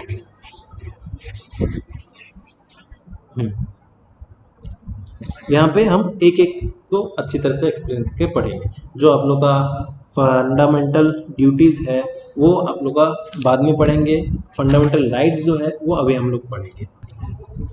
आर्टिकल नंबर 12, इस आर्टिकल में क्या बताया गया है, इसमें जैसे स्टेट में कोई एग्जीक्यूटिव काउंसिल होना चाहिए, लेजिस्लेटिव असेंबली होना चाहिए, देन पीएसयूज के बारे में, देन इंडिया का पार्लियामेंट क्या होना चाहिए क्या नहीं होना चाहिए, सब कुछ के बारे में जो डेफिनेशन है, definition of the state. State का मतलब सिर्फ राज्य को बोल रहे हैं, ऐसा नहीं है। डेफिनेशन ऑफ द स्टेट मतलब कोई भी एंटिटी, कोई भी आप लोग का पूरा स्टेट हम लोग बोलते हैं। मान लीजिए हम लोग का पार्लियामेंट, गवर्नमेंट, इन सबको जोड़ के सबको जोड़ के हम लोग क्या बोलते थे, स्टेट बोलते हैं। तो स्टेट का मतलब क्या है, वही चीज आप लोग का यहाँ पे आर्टिकल नंबर 12 में बताया गया है। देन नेक्स्ट है आर्टिकल नंबर 13। आर्टिकल नंबर 13 में क्या है, यहाँ पे 13 वाला चीज बहुत ही इंपॉर्टेंट है। अगर आप कॉन्स्टिट्यूशन पढ़ रहे हो तो कोई भी अगर लॉ का बंदा या बंदी का भी अगर पढ़ने जाते हैं, अगर लॉ पढ़ने जाते हो तो सबसे पहला चीज वो लोग आर्टिकल 13 ही पढ़ते हैं, उसके बाद आप लोग कॉन्स्टिट्यूशन स्टार्ट करते हैं। तो आर्टिकल 13 इतना क्यों इंपॉर्टेंट है, आर्टिकल 13 में सिंपल भाषा में बताया गया है, कोई भी अगर लॉ स्टेट ला रहा है या आप लोग का सेंटर ला रहा है या जो कोई भी लेके आ रहा है या कॉन्स्टिट्यूशन में खुद से ही लिखा हुआ है, मान लीजिए कोई भी लॉ ऐसा लिखा है जो फंडामेंटल राइट के अगेंस्ट है, ठीक है, मान लीजिए कोई एक लॉ है जो फंडामेंटल राइट के अगेंस्ट है, तो वो जो लॉ हो जाएगा वो क्या हो जाएगा, नल एंड वाइड हो जाएगा, वो कैंसिल आउट हो जाएगा, वो लॉ ला ही नहीं सकता कोई। फंडामेंटल राइट को सबसे सुप्रीम माना गया है किसमें, हम लोग का इंडियन कॉन्स्टिट्यूशन में।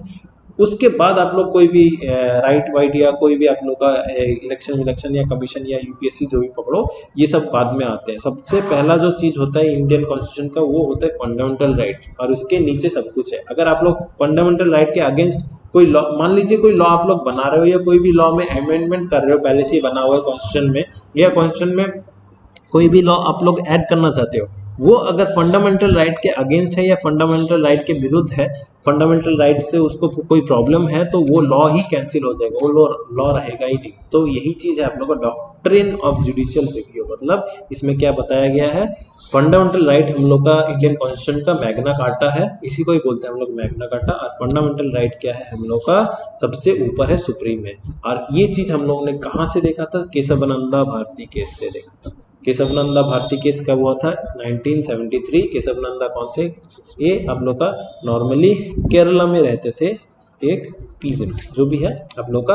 केशवानंदा भारती केस आप लोग का केरला के कंट्री स्टेट के साथ हुआ था, क्या कब हुआ था आप लोग का, 1973। ये जो केस है आप लोग का अलग से बाद में पढ़ा जाएगा, बहुत ही बड़ा केस है। हम लोगों ने पढ़ा था, टोटल कितना 78 दिन तक चला था। देन आप लोग का 703 पेज के जो जजमेंट था ये सब है। देन 13 बेंच के जजेस थे, इसमें से 6 लोगों ने इसको अपोज किया था, 7 लोगों ने इसको माना था। तो वही चीज़, ये बहुत कुछ है, वो सब आप लोग अभी पढ़ना नहीं है, सिर्फ इतना पढ़ के रखिए।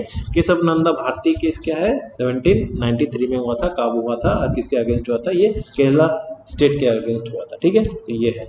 देन नेक्स्ट है, अब है right to equality. Right to equality कौन से नंबर आर्टिकल में है, ये आर्टिकल नंबर 14 से लेकर 18 तक चलता है। 14 में right to equality, right to equality मतलब सब लोग कानून या कॉन्स्टिट्यूशन के लिए सब लोग समान है। अगर अनिल अंबानी एक है और चाय वाला एक है, तो क्या है, अनिल अंबानी और चाय वाला दोनों को क्या इक्वली माना, ट्रीट किया जाएगा, हाँ दोनों को ही इक्वली ट्रीट किया जाएगा। तो ये चीज़ क्या है आप लोगों का, ये हम लोग का कॉन्स्टिट्यूशन में पता है, सबको इंडिया के सिटीजन को इक्वली ट्रीट किया जाएगा। तो अब ये क्या है, equality before law and equal protection of law, ये आर्टिकल नंबर 14 में बताया गया है। देन नेक्स्ट है आर्टिकल नंबर 14 में कुछ एक्सेप्शंस है, मतलब कुछ थोड़े से एक्सेप्शंस है। वो सब एक्सेप्शन क्या है वो आप लोग अब देखिए। ये आर्टिकल नंबर 14 एकदम एब्सोल्यूट नहीं है, इसमें एक्सेप्शंस 4 है। वो 4 एक्सेप्शंस किसके लिए है, वो सिर्फ प्रेसिडेंट एंड गवर्नर के लिए है। क्या है, मान लीजिए यहाँ पे मैं हूँ और यहाँ पे गवर्नर है, मैंने किसी का खून किया, ठीक है, मैंने मान लीजिए किसी का खून किया, तो अब क्या है, मेरे को जेल होगा, हाँ डेफिनेटली होगा, मेरे को जेल होगा, मेरे अगेंस्ट केसेस चलेंगे, मेरे को फांसी दिया जाएगा या जो भी कुछ होगा, ठीक है। अब तो फांसी नहीं दिया जाता, फांसी कैंसिल अब किया गया है। तो वही चीज़ क्या है, अब यहाँ पे गवर्नर है, गवर्नर ने मान लीजिए किसी का खून किया, खून तो नहीं करेंगे, मान लीजिए कोई भी एक केस आया उनके अगेंस्ट आया, तो क्या अब है उनके अगेंस्ट कुछ भी केस चल सकता है किसी कोर्ट में, या उनको अरेस्ट किया जा सकता है, या उनके अगेंस्ट कोई सीबीआई की या ईडी का रेड बैठा सकते हैं, तो ऐसा कुछ नहीं किया जा सकता। उनको बहुत पावर दिया गया है, एब्सोल्यूट पावर दिया गया है।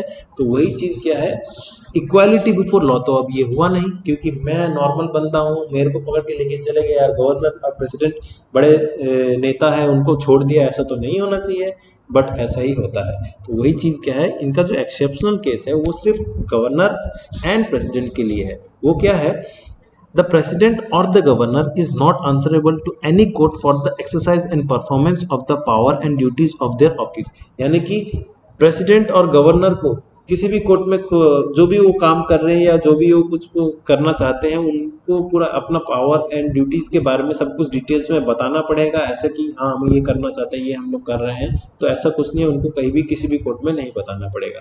उसके बाद ये सब तो इतना इंपॉर्टेंट नहीं है, जो इम्पोर्टेंट है ये वाला सबसे ज़्यादा इंपॉर्टेंट है। वो क्या है, no criminal proceedings shall be instituted or continued against the president or the governor in the any court during their term of office. अगर मान लीजिए क्रिमिनल प्रोसीडिंग्स मतलब उन्होंने किसी का जमीन हड़प लिया या कोई चोरी कर ली, चलो 10 रुपये उन्होंने चोरी कर लिया, 10 रुपये ही देते हैं, 10 रुपये उन्होंने चोरी कर लिया किसी का, तो अब क्या उनके अगेंस्ट क्या कोई क्रिमिनल प्रोसीडिंग चलेगा, कोई उनको गिरफ्तार कर के लेके जाएगा, या कोई भी या उनके अगेंस्ट केस फाइल करके एफआईआर करके उनके अगेंस्ट कोई भी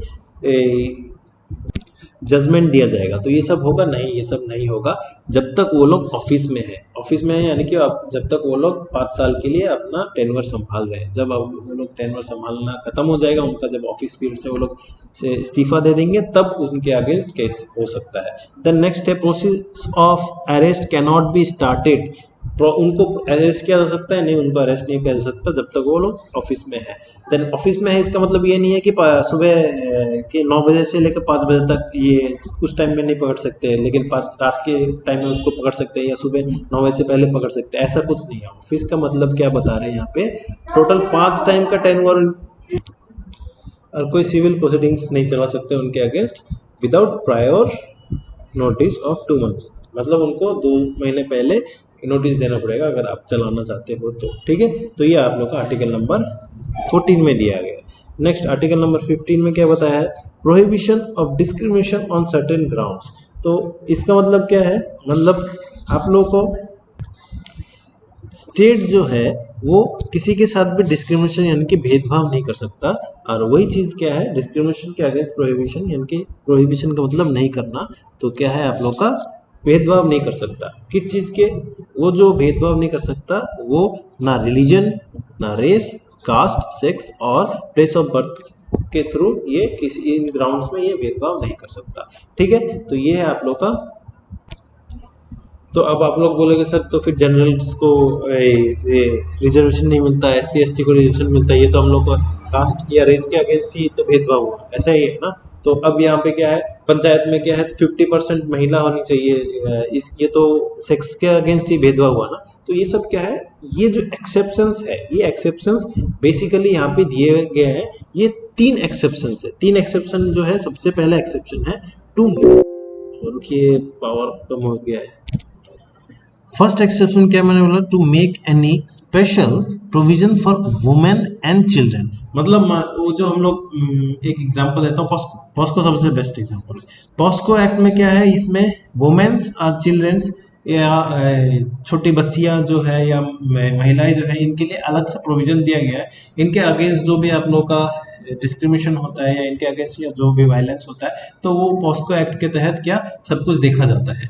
तो ये चीज सिर्फ वुमेन्स के लिए है, मेल के लिए क्यों नहीं है, मेल्स के लिए क्या होता नहीं है, डेफिनेटली होता है, बट उनके अगेंस्ट ज्यादा होता है। तो इसलिए पॉस्को एक्ट उनके लिए अलग सा बनाया गया है, ये डिस्क्रिमिनेशन नहीं बोला जाएगा इसको। देन नेक्स्ट है second, to make special provision for schedule caste and schedule tribes. अब क्या है, देखिए वही रिजर्वेशन वाला माजरा यहाँ पे है।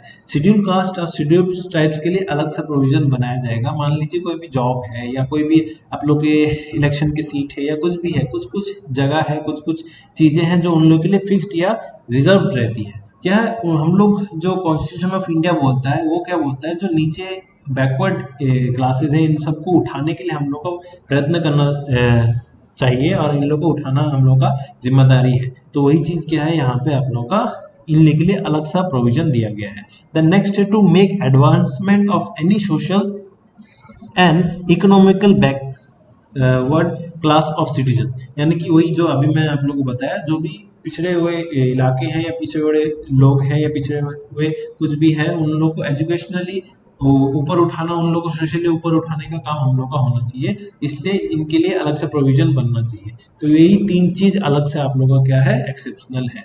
तो इसमें आप लोग कभी भी रेस, सेक्स या प्लेस ऑफ बर्थ इनके थ्रू आप लोग ये जज नहीं कीजिएगा कि इनको अलग सा पावर दिया जा रहा है, इनको अलग से प्रोविजन दिया जा रहा है। तो ये आप लोग का 15 नंबर आर्टिकल में। नेक्स्ट है आप लोग का 16 नंबर आर्टिकल। 16 में क्या हुआ, equal opportunity of public employment. वही जॉब का जो अपॉर्चुनिटी है वो सबको इक्वली मिलना चाहिए। मान लीजिए आप गुजरात के हो या वेस्ट बंगाल के हो, तो वेस्ट बंगाल को जॉब कम मिलेगा क्योंकि अभी दीदी है, और यहाँ पे गुजरात के लोग को ज़्यादा मिलेगा क्योंकि वो मोदी जी है। तो ऐसा नहीं होगा, ये डिस्क्रिमिनेशन नहीं होगा, सबको इक्वली या पब्लिक एम्प्लॉयमेंट में सबको इक्वली देखा जाता है। Then next, abolition of untouchability, वही छुआछूत। तो इसके अगेंस्ट पार्लियामेंट में ये हुआ था कि महात्मा गांधी ने वही अपना छुआछूत का इसमें इंटरजेबिलिटी में बहुत कुछ काम किया था, लेप्रोसी मिशन जो हम लोग बोलते हैं। तो जो भी है, अगर मान लीजिए कोई भी बंदा अभी भी मानता है कि हम मैं ये छुआछूत का बीमारी या छुआछूत का इन सबसे मानता हूँ ये सब अभी भी, तो वो क्या है, अब कोई भी इलेक्शन लड़ना चाहते तो नहीं लड़ सकता, क्योंकि वो क्या कर रहा है, कॉन्स्टिट्यूशन का उल्लंघन कर रहा है। तो ये क्या है, अबोलिशन ऑफ अनटचेबिलिटी, ये वाला आप लोग का आर्टिकल बहुत बार आया है, बहुत बार रिपीट किया है। तो ये वाला आर्टिकल आप लोग पढ़ लीजिएगा, article number 17।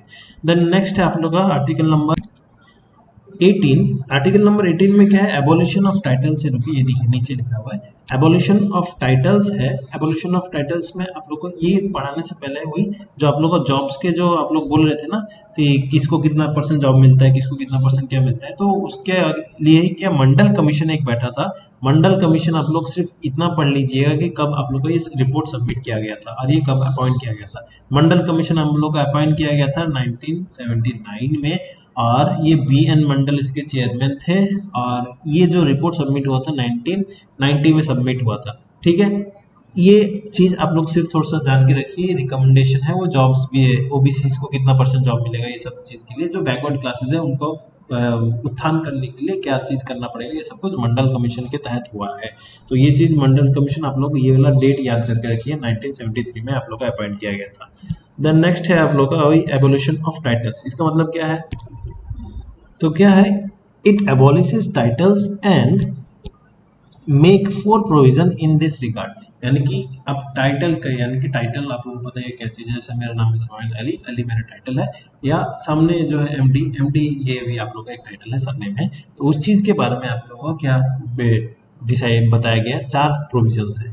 The state can not confer any title other than military or academic distinction in the citizen to the citizen or to foreigners। मतलब क्या है, मिलिट्री और एकेडमिक डिस्टेंस से छोड़ के कोई भी अलग सा टाइटल यूज नहीं कर सकता। मान लीजिए क्या है, कोई अगर मिलिट्री फॉर एग्जांपल है, सबसे बेस्ट है पंजाब के जो सीएम है, पंजाब के सीएम कौन है, कैप्टन अमरिंदर सिंह अभी है ना, कैप्टन अमरिंदर सिंह, ये कैप्टन क्यों यूज कर रहे हैं, उनका नाम तो कैप्टन नहीं है, बस इनको यह जस्ट एक क्या दिया, टाइटल दिया गया, ये मिलिट्री में जॉब करते थे और इनको तब से कैप्टन अमरिंदर सिंह बुलाया जाता है। किसी को कर्नल सोलंकी या नायब सूबेदार ऐसे करके कुछ बुलाया जाता है, तो वो क्या है, उनको कैप्टन एक डिस्टिंक्शन दिया गया है। या मान लीजिए कोई भी अगर एक डॉक्टर है, जैसे हम लोग के prime minister doctor Manmohan Singh थे, तो इनको डॉक्टर ही क्यों बोला जाता है, क्योंकि ये एकेडमिक डिस्टिंक्शन है, इनको दिया गया है, तो ये हम लोग बुला सकते हैं। बट लेकिन आप मान लीजिए कोई भी है, एमएलए है, ठीक है,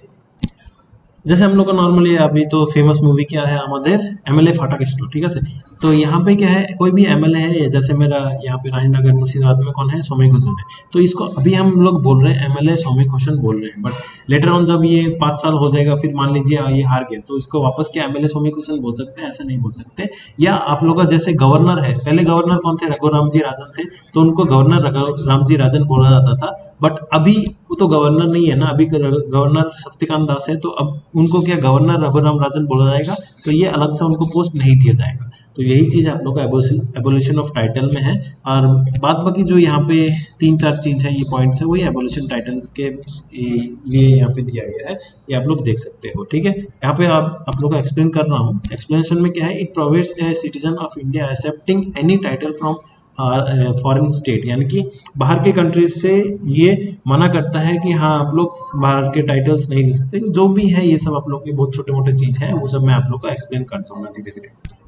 तो ये हो गया आप लोग का एबोलिशन ऑफ टाइटल। मैं ज़्यादा नहीं बताऊंगा क्योंकि यहाँ पे आप लोग को प्रीलिम्स में इतना ही सिंपल आता है कि एबोलिशन ऑफ टाइटल कौन से नंबर आर्टिकल में है, बस इतना ही सही पूछते हैं। आपको और भी कुछ पढ़ना है, मैं और भी इसको डिटेल में वास्ट में बाद में से एक्सप्लेन कर दूंगा।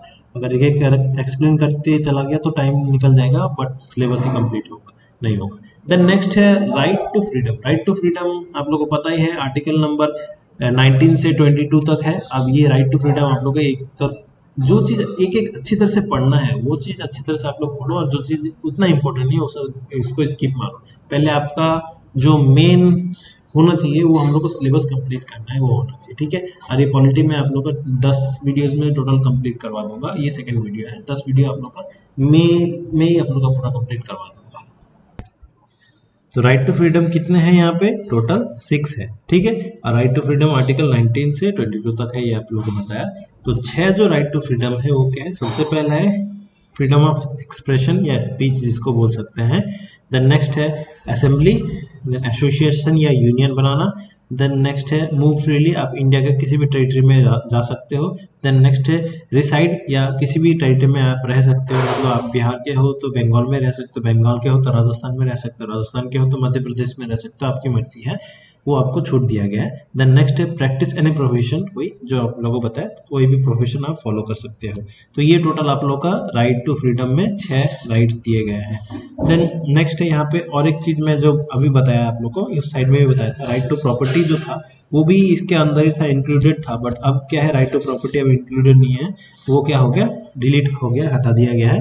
अभी किसमें, पार्ट 12 में 300A में ऐड किया गया है वो, ठीक है। देन नेक्स्ट है आर्टिकल नंबर 20, इसमें protection in respect of conviction for offences, ये है, ये वाला चीज क्या है, इसमें जो मेन चीज है, it grants protection against arbitrary and excessive punishment to any accused person. तो वो 3 चीज जो है, वो 3 चीज है आप लोग का ये, no ex post facto law, इसका मतलब क्या है, a person cannot be punished retrospectively. Retrospectively का मतलब क्या है, मान लीजिए एक चोर है, उसने चोरी किया था, पहले चोरी किया था, तो उसको उसका सजा मिल गया, ठीक है। देन नेक्स्ट है, अब एक चोरी हुआ है बट उस चोर ने नहीं किया है, बट सब लोग बोल रहे हैं तुमने पहले चोरी किया था तो इस बार भी अब तुम ही ने किया होगा, लेकिन ये प्रूफ नहीं हुआ है। तो इससे क्या हो गया, अब ये जो चोरी हुआ है इस चोरी को भी उसी के लिए बोल दिया कि हाँ अब तुमने ही किया है, पहले जो चोरी किया था तुमने ही किया है, अब इस बार भी तो इसका मतलब तुमने ही चोरी किया होगा। तो अगर प्रूफ नहीं हुआ है तो आप इसके पास्ट जो इवेंट्स है, पास्ट जो उसने किया है उसको देख के आप लोग कभी भी किसी को पनिश नहीं कर सकते, किसी पर्सन को पनिशमेंट नहीं दे सकते या किसी को कटघरे में खड़ा नहीं कर सकते। तो ये क्या हो गया, आप लोग क्या है, a person can not be punish retrospectively, इसका मतलब ये है। देन नेक्स्ट है, नो डबल जियोपार्डिज्म, मतलब वही है, एक खून के लिए कोई भी एक बंदा दो बार जेल में नहीं जाता, वही है, no person shall be punished twice for the same offence, एक ही ऑफेंस के लिए, एक ही गुनाह के लिए कोई भी बंदा दो बार वो गुनाह का सजा नहीं काटता, एक बार ही काटता है, ठीक है। देन नेक्स्ट है, नो सेल्फ इंक्रीमेशन। नो सेल्फ इंक्रीमेशन मतलब क्या है, कोई भी एक्यूज्ड अपने ही अगेंस्ट विटनेस कभी भी नहीं बन सकता, ये चीज आप लोग को protection in respect of conviction for offence दिया गया है।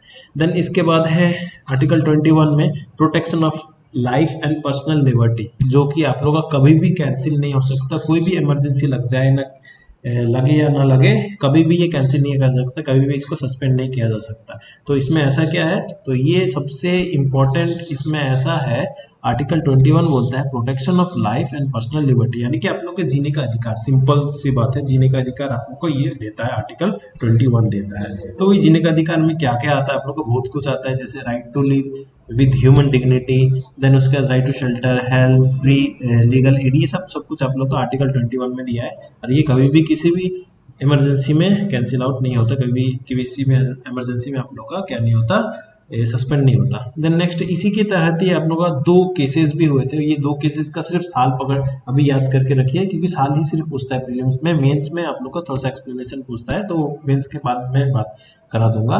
तो यहाँ के पर्सनल लिबर्टी के लिए ही दो केसेस हुए थे, वो क्या था, एक है गोपालन केस 1950 और एक है मेनिका केस 1978, ठीक। ये जो एक गोपालन वाला केस है, ये प्रिवेंटिव डिटेंशन एक्ट वाला केस है, 1950 में जो हुआ था, मद्रास के अगेंस्ट होता है, इसका स्टेट ऑफ मद्रास के अगेंस्ट। ये Maneka Gandhi and union of India के अगेंस्ट हुआ था, ये Maneka Gandhi versus union of India का केस बोलते हैं, ये 1978 में हुआ था। कोई मनेका गांधी का जो पासपोर्ट है वो उसको सील कर लिया गया था, वो कुछ भी पता ही नहीं गया, ये सब के लिए हुआ था, वो सब मैं आप लोग को बाद में एक्सप्लेन कर दूंगा। ये पासपोर्ट मान लीजिए, ये जो मनेका गांधी वाला केस है पासपोर्ट के लिए है। देन नेक्स्ट है आर्टिकल 21 का ये राइट टू एजुकेशन, ये बाद में ऐड किया गया है, कौन से नंबर आर्टिकल में ये ऐड किया गया है, देखिए Article 21E was added by 86th Constitutional Amendment Act 2002.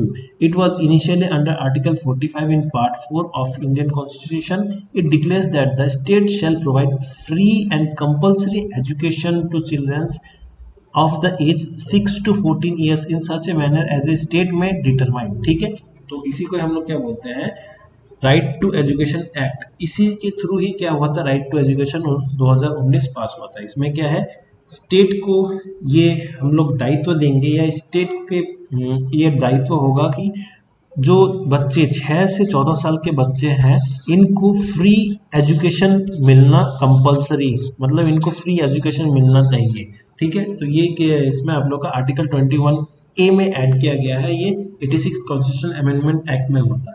जब मैंने आप लोग कॉन्स्टिट्यूशन अमेंडमेंट एक्ट का क्लासेस करवाए थे, तो वो वाला क्लास में आप लोग अच्छी तरह से एक्सप्लेन कर दिया था ये वाला माजरा, फिर भी आप लोग को यहाँ पे मैंने बता दिया है, ठीक है। तो ये आप लोग देख लीजिए, और कॉन्स्टिट्यूशन अमेंडमेंट वाला जो मैंने क्लास कराया था, अगर आप लोगों ने देखा नहीं है तो देख लीजिए, क्योंकि वहां से मैं बता के रख रहा हूँ आप लोग को, 3 से क्वेश्चन वहां से ही आएगा, जो 12 क्वेश्चन बनेंगे ना आप लोग के पॉलिटी से, तो वहां से 3 से 4 क्वेश्चन उस एक पेज से ही आएगा जो मैं आप लोग को पढ़ाया था।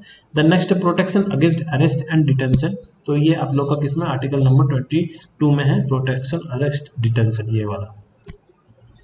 इस आर्टिकल में क्या बताया है, आप अगर किसी बंदे को अरेस्ट करना चाहते हो तो आपको उसको बताना पड़ेगा आप किस ग्राउंड पे उसको अरेस्ट कर रहे हो, तो ये है आप लोग का प्रिवेंटिव का सबसे पहला पॉइंट। सेकंड पॉइंट क्या है, अगर आप लोगों ने उसको अरेस्ट कर लिया है तो ठीक है, आपको उस बंदे को क्या 24 आवर्स के अंदर क्या मजिस्ट्रेट के सामने पेश करना पड़ेगा। मजिस्ट्रेट के सामने आप लोग को पेश करना पड़ेगा।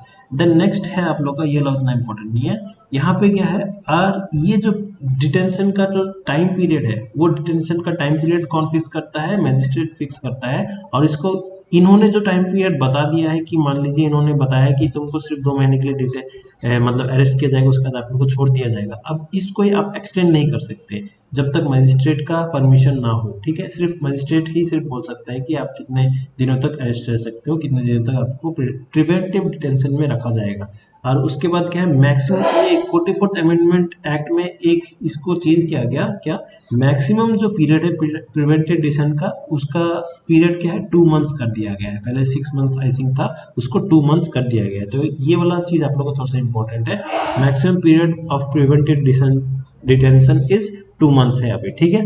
देन नेक्स्ट है आप लोग का 22 के बाद ऊपर चलते हैं 23, ये है आप लोग का कौन सा एक्ट, ये एक्ट है राइट अगेंस्ट एक्सप्लॉइटेशन। तो ये आप लोग का आर्टिकल 23 एंड 24 में दिया गया, राइट अगेंस्ट एक्सप्लॉइटेशन मतलब शोषण के विरुद्ध अधिकार, शोषण के विरुद्ध अधिकार। तो ये क्या है आप लोग का 20 नंबर 3 जो है ह्यूमन ट्रैफिकिंग जो है वो है। तो prohibition of human trafficking in human being and forced labour, ये आप लोग का क्या है 23rd आर्टिकल में बताया गया है। देन नेक्स्ट है 24 नंबर आर्टिकल में क्या है, prohibition of employment of child in factory. वही 14 साल से कम साल के बच्चे जो है वो हैजार्डियस फैक्ट्री में काम नहीं कर सकते। ये चीज आप लोगों को किसमें बताया गया है, ये prohibition of employment of child in factory, यानी कि वही चाइल्ड लेबर वाला जो केस है वही है, ठीक है। तो ये हो गया आप लोगों का 23 and 24, human trafficking and child labour, ये दोनों चीज है। ऐसे करके मैं आप लोगों को शॉर्ट में समझाऊंगा, मैंने बताया ना, आप लोग तो इतना जो एक्सप्लेन कर रहा हूँ ये कभी आप लोग पढ़ने नहीं वाले, आप लोग वही पढ़ोगे जो लास्ट में एक वीडियो बनाऊंगा 10 मिनट का रट्टा मारने वाला, वही करोगे आप लोग। तो जो भी है एक बार देख लीजिए वीडियो को, अगर आप लोग समझ में आ रहा है आप लोग को तो अच्छी बात है, नहीं समझ में आ रहा है तो वो रट्टा मारने वाला वीडियो तो रेडी हो रहेगा ही। देन नेक्स्ट है right to freedom of religion, ये आर्टिकल नंबर 25 से 28 के अंदर आता है। तो आर्टिकल 25 में क्या बताया, freedom of conscience and free profession practice and propagation of religion, मतलब है आप अगर कोई भी मान लीजिए आप धर्म पालन करते हैं, हिंदू या मुस्लिम या जो भी आप धर्म पालन करते हैं, तो उस धर्म को आप लोग पालन करने की आज़ादी दी गई है। आप कैसे भी आप लोग फॉलो करो या कैसे भी आप पालन करो, आपकी मर्जी है, आपको कोई भी बाधा नहीं है कि आप यहाँ पे आप लोग हिंदू धर्म पालन नहीं कर सकते, इस स्टेट में ही मुस्लिम धर्म पालन नहीं कर सकते, या इस जगह में आप लोग ये धर्म पालन नहीं कर सकते, वो धर्म पालन नहीं कर सकते, ऐसा कहीं भी डिस्क्रिमिनेशन नहीं किया गया है। यहाँ पे बताया गया है आपको जो धर्म पसंद है वो धर्म आप पालन कर सकते हो आपकी मर्जी के थ्रू। और ये जो पावर है, ये जो राइट है और ये जो फ्रीडम है, ये दोनों को दिया गया है, यानी कि इंडियन सिटीजन्स को दिया गया है और फॉरेन सिटीजन्स को भी दिया गया है। देन नेक्स्ट है freedom to manage religious affairs. Manage religious affairs मतलब मान लीजिए यहाँ पे जो पहले बता रहा है 26 नंबर आर्टिकल में, to establish and maintain institution for the religious and charitable purpose. ये सबसे वाला इंपॉर्टेंट है। क्या है, मान लीजिए आपको अगर कोई मदरसा खोलना है या आप लोगों को कोई आश्रम खोलना है, तो क्या है आपको कोई परमिशन लेना पड़ेगा या कॉन्स्टिट्यूशन में कुछ चेंजमेंट करना पड़ेगा या कुछ भी करना पड़ेगा, तो ऐसा कुछ नहीं है। आप अपनी मर्जी से कहीं भी मदरसा खोल सकते हो या कहीं भी आप लोग क्या आश्रम खोल सकते हो, वो आपकी मर्जी है, ठीक है। तो वही क्या है, अगर आप मदरसा खोलना चाहते हो, आप क्या है किसी और की जमीन पे आप मदरसा खोलना चाहते हो, ये तो अगेंस्ट होगा ना, राइट, लॉ के अगेंस्ट होगा। तो ऐसा नहीं है, आप अपने खुद के प्रॉपर्टी में खोलिए, या कोई भी आप किसी ने आपको चैरिटी दिया है कि आप इस पे मदरसा खोलिए या इस पे आप लोग आश्रम बनाइए, तो हाँ आप उस पर कर सकते हो, उस पर कोई विधा नहीं है, उसमें कोई बाधा नहीं है, बट ये लॉ के अगेंस्ट नहीं होना चाहिए, बस इतना इतना ही सिर्फ बोला गया है। मतलब आर्टिकल नंबर 25 में क्या है, आपके लिए बोला गया, इंडिविजुअल के लिए बोला गया है। आर्टिकल 26 में क्या बोला है, एक पूरा रिलीजियस बैकग्राउंड या पूरा एक संगठन के लिए बोला गया है। तो ये आप लोग का आर्टिकल 25 एंड 26 है। देन नेक्स्ट आप लोग का वही यहाँ पे टैक्सेशन वाला है। ये क्या है, आर्टिकल 27 में क्या है, freedom from taxation for promotion of religion. आप अपना धर्म को प्रचार करना चाहते हो या आप अपने धर्म को कुछ अलग थोड़े से ज़्यादा लोग मिलके एक कोई मान लीजिए मिलाद किए या एक मान लीजिए कोई भी भजन कीर्तन किए, तो इसके लिए कि आपको अलग सा टैक्स देना पड़ेगा, तो ऐसा कोई भी टैक्स नहीं देना पड़ेगा। तो वही चीज़ आपको किसमें बताया गया, आर्टिकल 27 में बताया गया है कि आप लोगों को कोई भी अगर धर्म पालन करना चाहते हो या उसको प्रमोशन करना चाहते हो या उसका प्रचार करना चाहते हो तो इसको लिए आप लोगों को अलग से टैक्स देना पड़ेगा, तो ऐसा कुछ नहीं है, ठीक है। तो ये आर्टिकल 27 में बताया गया। Then next 28 freedom from attending religious instruction. तो ये क्या है, freedom of attending religious instruction का मतलब क्या है आप लोग, कोई भी इंस्टीट्यूशन जो स्टेट के फंड से चलता है या पार्सली चले या फुल्ली स्टेट फंड से चले, तो उसमें क्या है, कोई भी आप लोग का रिलीजियस इंस्ट्रक्शन आप प्रोवाइड नहीं कर सकते। मान लीजिए कोई भी का एक स्टेट है, वेस्ट बंगाल मान लीजिए, वेस्ट बंगाल में किसी भी सरकारी स्कूल में क्या आप कभी भी कुरान पढ़ने के लिए अलग सा एक चैप्टर होगा कि ऐसा पढ़ना ही पड़ेगा आप लोग को, ऐसा कुछ नहीं। या गीता आप लोग को पढ़ना पड़ेगा, ये कभी भी बोला जाता है कि ऐसे कभी भी नहीं बोला जाता। ये चीज़ आप लोग का नहीं किया जाएगा कि अगर स्टेट फंडेड है तो आप लोग कहीं भी रिलीजियस इंस्ट्रक्शन नहीं दे सकते कि कुरान पढ़ो या गीता पढ़ो, आप लोग को पढ़ना ही पड़ेगा, ऐसा रिलीजियस इंस्ट्रक्शन नहीं दे सकते। हाँ, अगर आपका खुद का है, वो चीज़ आप लोग का आर्टिकल 26 में हो गया ना, तो क्या है, अगर आप लोग का खुद का है तो हाँ आप लोग वहाँ पे इंस्ट्रक्शन दे सकते हो कि आप लोग ये गीता पढ़िए या कुरान पढ़िए या बाइबल पढ़िए, या आप लोग पढ़ना है। तो ये चीज़ है आप लोग का इंस्ट्रक्शन, रिलीजियस इंस्ट्रक्शन आप लोग नहीं दे सकते कोई भी अगर स्टेट फंडेड है तो, ठीक है। ये हो गया 28 तक। देन नेक्स्ट आप लोग का 29 एंड 30 में क्या है, 29 एंड 30 आप लोग का एक है यहाँ पे कल्चरल एंड एजुकेशनल राइट्स जो है। 29 protection of interest of minorities, minorities का इंटरेस्ट को प्रोटेक्शन करना। और जो आर्टिकल 30 में है वो क्या, right of minorities to establish and administer educational institute, यानी कि जो माइनॉरिटी लोग हैं, सिख ईसाई क्रिश्चियंस जो भी है, ये लोग क्या है, कोई भी इंस्टीट्यूट अपना माइनॉरिटी इंस्टीट्यूट बना सकते हैं या उसको क्या कर सकते हैं, रेगुलेट कर सकते हैं, ये उनकी आज़ादी दी गई है। जैसे मुस्लिम्स के लिए क्या है, वकाफ बोर्ड है। देन क्रिश्चियंस या के लिए क्या है, वो डॉन बॉस्को स्कूल्स। देन आप लोग का क्रिश्चियन में आप लोग और भी बहुत सारे सेंट जेवियर्स ये सब है। देन उसका जो सिख है उन लोग के लिए क्या है, गुरु नानक देव खालसा कॉलेज। देन उसके बाद होता है आप लोग का श्री गुरु तेग बहादुर खालसा कॉलेज, ऐसे करके सब हो जाता है। ये सब वो लोग क्या माइनॉरिटीज है, वो लोग अपना इंस्टीट्यूट बना सकते हैं, हाँ, और वो लोग उसको रेगुलेट कर सकते हैं, ठीक है। ये आप लोग का क्या है, कल्चरल एंड एजुकेशनल राइट्स में दिया गया है 29 एंड 30 में। देन नेक्स्ट है 30 के बाद आता है 31। 31 वाला जो है वो 31 क्या है, ओमिट कर दिया गया, हटा दिया गया है। वो किस में हटा दिया गया है आप लोग का, आर्टिकल जो 31 था, ये 31 omitted through the 44th amendment act 1978। तो आर्टिकल 31 बोल के अब कुछ नहीं है। अब है आर्टिकल 32 जो है सबसे मेन चीज, सबसे मेन चीज। अब इसको क्यों बोल रहा हूँ, क्योंकि राइट टू कॉन्स्टिट्यूशनल रेमेडी, ये आप लोग का आर्टिकल 32 है। और इसको ही क्या बोला जाता है, soul of the constitution and the very heart of it, यानी कि heart and soul of Indian constitution इसको बोला था। किसने बोला था, डॉक्टर BR अम्बेडकर ने बोला था। और इनको ही क्या बोला जाता है, फाउंडर ऑफ इंडियन कॉन्स्टिट्यूशन भी बोला जाता है। सॉरी, फाउंडर नहीं, फादर ऑफ इंडियन कॉन्स्टिट्यूशन भी बोला जाता है इनको, ठीक है। इसको ही, इस आर्टिकल को ही सिर्फ हमने सोल ऑफ कॉन्स्टिट्यूशन किस लिए बोला है, इसलिए बोला है क्योंकि मैंने क्या बताया था आप लोग का, जो कॉन्स्टिट्यूशन है, हम लोग का जो ये कॉन्स्टिट्यूशन है, कॉन्स्टिट्यूशन का मैग्ना कार्टा किसको बोलते हैं, फंडामेंटल राइट्स को बोलते हैं। तो यही सबका बाप है। और यही इसी चीज़ का अगर वायलेशन हो गया, मान लीजिए इसी चीज़ का आप लोग का उल्लंघन हुआ, तब क्या करोगे। तो फंडामेंटल राइट का अगर वायलेशन हुआ तो ये आपको आज़ादी देता है, ये आर्टिकल आपको आज़ादी देता है कि आप उसके अगेंस्ट सुप्रीम कोर्ट में जाके कोर्ट केस करो या कोर्ट फाइल करो। तो वही चीज़ क्या है, अब जो ये केस फाइल करोगे या इसको हम लोग पिटीशन बोलते हैं, तो वो क्या फाइल करोगे, आप एक रिट पिटीशन फाइल करोगे। अब ये रिट क्या चीज़ है, हम लोग के टोटल 5 रिट होते हैं। वो रिट के बारे में हम लोग नीचे पढ़ेंगे या अलग वीडियो में पढ़ेंगे, वो अलग से टॉपिक है, ठीक है। अब हम जो रिट पास करते हैं या रिट पिटीशन फॉर्म पास करते हैं, वो सुप्रीम कोर्ट कितना आर्टिकल 32 के द्वारा पास किया जाता है, और हाई कोर्ट में कितना आर्टिकल 226 के द्वारा पास किया जाता है। तो ये जो दो आर्टिकल, ये थोड़ा सा जान के रखिए क्या है आप लोग का। सुप्रीम कोर्ट जो है फंडामेंटल राइट को प्रोटेक्ट करने के लिए क्या आर्टिकल 32 के तहत रिट इशू करता है, और हाई कोर्ट जो है फंडामेंटल राइट को बचाने के लिए आर्टिकल 226 के तहत रिट इशू करता है। ठीक है, रिट इशू करना मतलब किसी का भी फंडामेंटल राइट अगर उल्लंघन हो रहा है या फंडामेंटल राइट का अगर वायलेशन हो रहा है तो उसको बचाने के लिए क्या करते हैं, उनको प्रोटेक्ट करने के लिए क्या करते हैं ये लोग, रिट इशू करते हैं। तो ये सब जो रिट है इसके लिए ही क्या बोला गया है, फंडामेंटल, ये आर्टिकल नंबर 32 के soul of constitution and very heart of it बोला गया है। किसके द्वारा बोला गया है, डॉक्टर बी आर अम्बेडकर के द्वारा बोला गया है।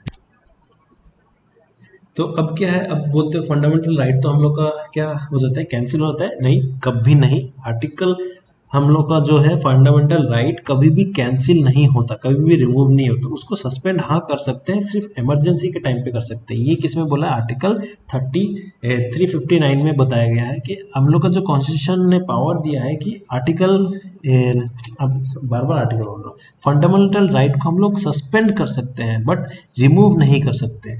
सस्पेंड कब कर सकते, तभी कर सकते हैं जब नेशनल इमरजेंसी लगा हो, तभी हम लोग सिर्फ फंडामेंटल राइट्स को सस्पेंड कर सकते हैं, और उसके अगेंस्ट हम लोग कभी इसको रिमूव नहीं कर सकते। ठीक है, ये चीज़ बताना चाहते हैं। देन नेक्स्ट हम नीचे जाते हैं, 32 हुआ, और ये हम लोग जो इशू रिट इशू करते हैं, ये कहाँ से हम लोग ने अडॉप्ट किया था, कॉन्स्टिट्यूशन ऑफ यूके से अडॉप्ट किया था। मैक्सिमम चीज़ तो हम लोग का यूके के कॉन्स्टिट्यूशन से ही अडॉप्ट किया गया है।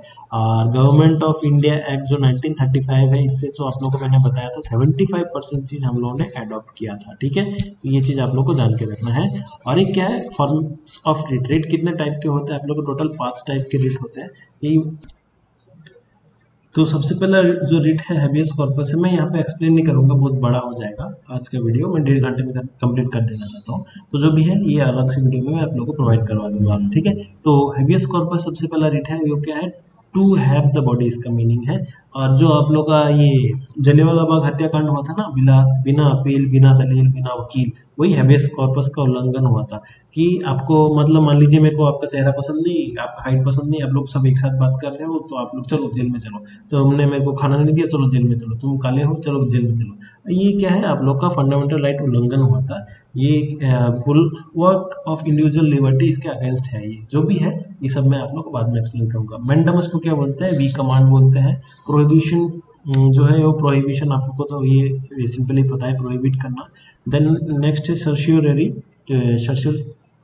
रुकिए, सर्शियरी जो है इसका मतलब है टू बी सर्टिफाइड, यहाँ पे लिखा नहीं है, जो भी है आप लोग को लिख लीजिएगा। टू बी सर्टिफाइड इसका मीनिंग होता है। देन वो वारंटो, इसका मतलब होता है बाय व्हाट अथॉरिटी। ठीक है, ये चीज़ आप लोग का 5 रिट है। रिट के बारे में मैं किसी और दिन एक्सप्लेन मतलब बाद में आप लोग का एक्सप्लेन कर दूंगा, अलग से वीडियो बनाऊंगा रिट का। देन नेक्स्ट है आप लोग का सस्पेंडेबिलिटी ऑफ फंडामेंटल राइट्स। ये अलग जो पहले भी बताया, फिर भी अभी थोड़ा सा अच्छी तरह से एक्सप्लेन करके बताता हूँ। जो राइट्स है, फंडामेंटल राइट्स है हम लोग के, जो फंडामेंटल राइट्स दिए गए हैं हमें, उस फंडामेंटल राइट्स में से आप लोग का जब इमरजेंसी आता है, तो इमरजेंसी आप लोग का मैंने बताया 3 टाइप के हैं। तो जब इमरजेंसी आता है, इमरजेंसी में आप लोग का फंडामेंटल राइट्स क्या हो जाता है, सस्पेंड हो जाता है। ठीक है, बट एक्सेप्ट आर्टिकल 19, 20 एंड 21, इन तीनों को छोड़ के फंडामेंटल राइट्स हम लोग के क्या सस्पेंड नहीं होते। ये तीनों में से क्या है, जब हम लोग का मान लीजिए नेशनल इमरजेंसी लगा, तब आर्टिकल 19 क्या होता है, सस्पेंड होता है। बाद बाकी अगर आप लोग का कॉन्स्टिट्यूशनल इमरजेंसी लगा, जिसको हम लोग प्रेसिडेंट रूल बोलते हैं, या फिनेंशियल इमरजेंसी लगा, तो इन दोनों में क्या आर्टिकल 90 सस्पेंड नहीं होता। ठीक है, अब क्या है, आर्टिकल जो 19 है वो एक्सटर्नल एग्रेशन हुआ, अगर मतलब वार हो गया, मतलब इंडिया पाकिस्तान का वार हो गया, तभी हम लोग का क्या सस्पेंड होता है, उसके पहले सस्पेंड नहीं होता। इंटरनल एग्रेशन जिसको हम लोग बोलते हैं, इंटरनल प्रॉब्लम अगर हुआ, तब हम लोग का ये आर्टिकल 19 सस्पेंड नहीं होता। आर्टिकल 19 आप लोग को समझ में आया, कब सस्पेंड होगा, कब सस्पेंड नहीं होगा। नेक्स्ट है आर्टिकल 20 एंड 21, ये दोनों कभी भी सस्पेंड नहीं हो सकता। ठीक है, अब आप लोगों को क्वेश्चन आता है, जब हम लोग का इमरजेंसी लगेगा, इमरजेंसी के टाइम पे क्या होता है, प्रेसिडेंट अपना प्रोक्लेमेशन चलाता है, उससे क्या हो जाता है, ये फंडामेंटल राइट्स को क्या कर देते हैं, कैंसिल आउट करते हैं, सॉरी कैंसिल बोल रहा हूँ, सस्पेंड कर देते हैं। बट क्या है, अब क्वेश्चन आता है, जब फंडामेंटल राइट आप लोग का कैंसिल होता है या सस्पेंड होता है, तब कौन सा आर्टिकल सस्पेंड नहीं होता। अब आप लोग का ऑप्शन ए में रहा आर्टिकल 20, और ऑप्शन बी में रहा आर्टिकल 21, और ऑप्शन सी में रहा आर्टिकल 19, और ऑप्शन डी में कोई एक आर्टिकल, ये तो होगा ही नहीं आंसर। ठीक है, अब यहाँ पे कंफ्यूज हो गए सर, क्योंकि यहाँ पे तो 20 और 21 तो कभी होता नहीं कैंसिल, तो यहाँ पे जब आप लोग का ऐसी कंफ्यूजन आएगा तो मैं एग्जैक्ट आप लोगों को बता दूं, 21 कभी भी आप लोगों को कैंसिल नहीं होता, ठीक है। कुछ भी कर लो, 21 कभी आप लोग कैंसिल नहीं कर सकते। अगर कर सकते हो तो हाँ 20 को किसी किसी प्रोविजन में किया जा सकता है, और 19 का तो मैंने आप लोग का एक्सप्लेनेशन किया, बट 21 को पर्सनल लिबर्टी जो है उसको कभी आप लोग कैंसिल नहीं कर सकते। ये है आप लोग का सस्पेंडेबिलिटी ऑफ फंडामेंटल राइट्स का थोड़ा सा एक्सप्लेनेशन। देन नेक्स्ट है आप लोग का, थोड़ा सा साफ कर दो इसको। नेक्स्ट वाला जो है आप लोग का armed forces and fundamental rights. Arm forces and fundamental rights, इसमें अलग सा क्या चीज़ है, वही आप लोगों ने अगर हैदर मूवी देखा होगा तो उसमें आप लोगों को समझ में आ गया होगा, फिर भी यहाँ पे एक्सप्लेन करके बताता हूँ। आर्टिकल 33 में क्या बोलते हैं यहाँ, इस आर्टिकल के तहत पार्लियामेंट को थोड़े से पावर दिए गए कि वो रेस्ट्रिक्ट करते हैं, वो रेस्ट्रिक्ट कर सकते हैं फंडामेंटल राइट्स किन के, जो आर्म फोर्सेस में जॉब करते हैं, जैसे paramilitary, police forces, then army पकड़ सकते हो, देन इंटेलिजेंस एजेंसी वाले हैं, इन सबका जो कुछ कुछ फंडामेंटल राइट्स है वो उन सबको रिस्ट्रिक्ट कर सकते हैं। मतलब मान लीजिए जैसे पुलिस फोर्सेज में आप लोगों ने कभी देखा है पुलिस फोर्सेज ने सब लोगों ने मिलकर धरना में बैठ गया, ऐसा कभी देखा है? नहीं देखा है। अब वो लोग धरने में बैठ भी नहीं सकते, ऑन ड्यूटी जब वो लोग होते हैं कभी धरने में बैठ नहीं सकते। ये कभी आप लोगों ने देखा है सब लोग एक साथ यूनाइट होकर यूनियन बाजी कर रहे हैं, पुलिस वाले या कोई भी इंटेलिजेंस वाले यूनियन बाजी कर रही है, या मिलिट्री का कोई भी बंदा, सब लोग एक साथ मिलकर यूनियन बाजी कर रहे हैं, वो लोग नहीं कर सकते। जैसे नॉर्मली जो सब छोटे छोटे ऑफिस होते हैं या कहीं भी आप लोग का फैक्ट्रीज होता है, ये सब में क्या होता है यूनियन बेसिस चलता है, या कोई भी टीचर्स होते हैं, टीचर्स का भी अपना यूनियन होता है। तो ऐसे करके क्या है, आर्मी वाले ऐसे कर सकते हैं या आर्म फोर्स वाले ऐसे कर सकते हैं, ऐसा नहीं कर सकते, ठीक है। तो ये चीज क्या है, पार्लियामेंट के पास ये पावर है उनके फंडामेंटल राइट्स को रिस्ट्रिक्ट करने का। तो अगर वो यूनियन बाजी नहीं कर सकते, ये तो फंडामेंटल राइट के अगेंस्ट हो गया ना, तो वही चीज क्या है, अगेंस्ट है, फिर भी इसका क्या है, पार्लियामेंट के पास पावर है, हाँ उनको ये सब चीज पावर नहीं दिया जाएगा, उनको इन सब के अगेंस्ट रिस्ट्रिक्ट किया जाएगा, ठीक है। ये चीज पार्लियामेंट के पास पावर है। तो नेक्स्ट है आर्टिकल 34। आर्टिकल 34 में क्या प्रोवाइड किया गया है, इसमें प्रोवाइड किया है, provides the restriction on fundamental rights while martial law is in act force in a particular area. मतलब ये आफ्स्पा एक्ट का बात कर रहे हैं, आफ्स्पा या जो भी है, arms forces special power act जिसको हम लोग बोलते हैं, वो ये आप लोग का हैदर मूवी वाला से जो केस है। मान लीजिए अगर आफ्स्पा एक्ट किसी एक जगह में या किसी भी स्टेट में एक लगा है, तो वहाँ पे क्या है, आप लोग एक साथ बहुत सारे लोग यूनियन कर रहे हो, ठीक है, ये एक साथ बहुत सारे लोग गुट में आके बातें कर रहे हो या कोई भी डिस्कशन कर रहे हो, तो ये चीज़ आप लोग नहीं कर सकते। अब ये तो फंडामेंटल राइट के अगेंस्ट है ना, तो हाँ डेफिनेटली है, लेकिन क्या है, अगर उस जगह में मार्शल लॉ लगा हुआ है तो ये चीज़ आप लोग नहीं कर सकते, ये एक है। और अब उस स्टेट से कहीं और स्टेट जा रहे हो, ऐसा नहीं कर सकते। अगर आप लोग के अगेंस्ट में कोई केस है या फाइल है, जो भी है कुछ है, ये सब मैं आप लोग को सिर्फ बताना चाहता हूँ कि फंडामेंटल राइट्स का रिस्ट्रिक्शन किया जाता है जब जिस स्टेट में कहीं पे किसी भी एरिया, पर्टिकुलर एरिया में अगर वो आफ्स्पा एक्ट लगा हुआ है, ठीक है। ये हो गया आप लोग का आर्टिकल नंबर 34। नेक्स्ट आप लोग का आर्टिकल नंबर 35, इसमें क्या बताया है, इसमें बताया जैसे ये मार्शल लॉ आफ्स्पा एक्ट जो है, ये दोनों को एक समान ही आप लोग समझिए। तो आर्टिकल नंबर 35 में जो बताया गया है वो बताया है, अगर कोई भी फंडामेंटल राइट में थोड़ा सा भी फेरबदल करना चाहता है या फंडामेंटल राइट को रेगुलेट करके कुछ भी ठीक ठाक करना चाहता है, तो वो पावर सिर्फ पार्लियामेंट के पास ही है। स्टेट लेजिस्लेटर के पास वो कुछ भी पावर नहीं है फंडामेंटल राइट को लेके कुछ भी वो करे या ना करे, सिर्फ पार्लियामेंट ही इसको फेरबदल कर सकता है फंडामेंटल राइट को लेके। तो ये आर्टिकल नंबर 35 में बताया गया है। नेक्स्ट है आप लोग का आर्टिकल नंबर 35 का ए, और ये आप लोग को पढ़ने का अब जरूरत नहीं है, पहले पढ़ना था। तो ये किस लिए नहीं पढ़ना, क्योंकि आर्टिकल नंबर 35 का ए अब क्या हो गया, आप लोग का एब्रोगेट हो गया है, मतलब इसको अभी कैंसिल आउट कर दिया है, निरस्त कर दिया गया है, जो कि आप लोग का जम्मू एंड कश्मीर लेजिस्लेचर के लिए था, ठीक है। तो ये चीज़ और आप लोग का नहीं है। आर्टिकल नंबर 35 का ए और 370 ये आप लोग को नहीं पढ़ना है, ठीक है। ये दोनों चीज़ आप लोग का जम्मू कश्मीर के लिए अलग से प्रोविजंस था। तो ये हो गया आप लोग का फंडामेंटल राइट्स भी कंप्लीट। और फंडामेंटल राइट्स में ये अलग चीज़ थोड़ा सा अलग से पढ़ लीजिए, ये भी पूछ लेते हैं कि fundamental rights available to Indian citizens not to foreigners. ये जो इंडियन सिटीजन्स को दिया जाता है वो क्या जाता है, 15, 16 और 19, ये सिर्फ इंडियन सिटीजन्स के लिए है। और फॉरेनर्स के लिए और इंडियन सिटीजनशिप दोनों के लिए जो है आप लोग का for available to both citizens and foreigners, वो क्या है, article number 14 and article number 20। Article number 20 में क्या है, protection in respect of conviction for offence, ये वाला है।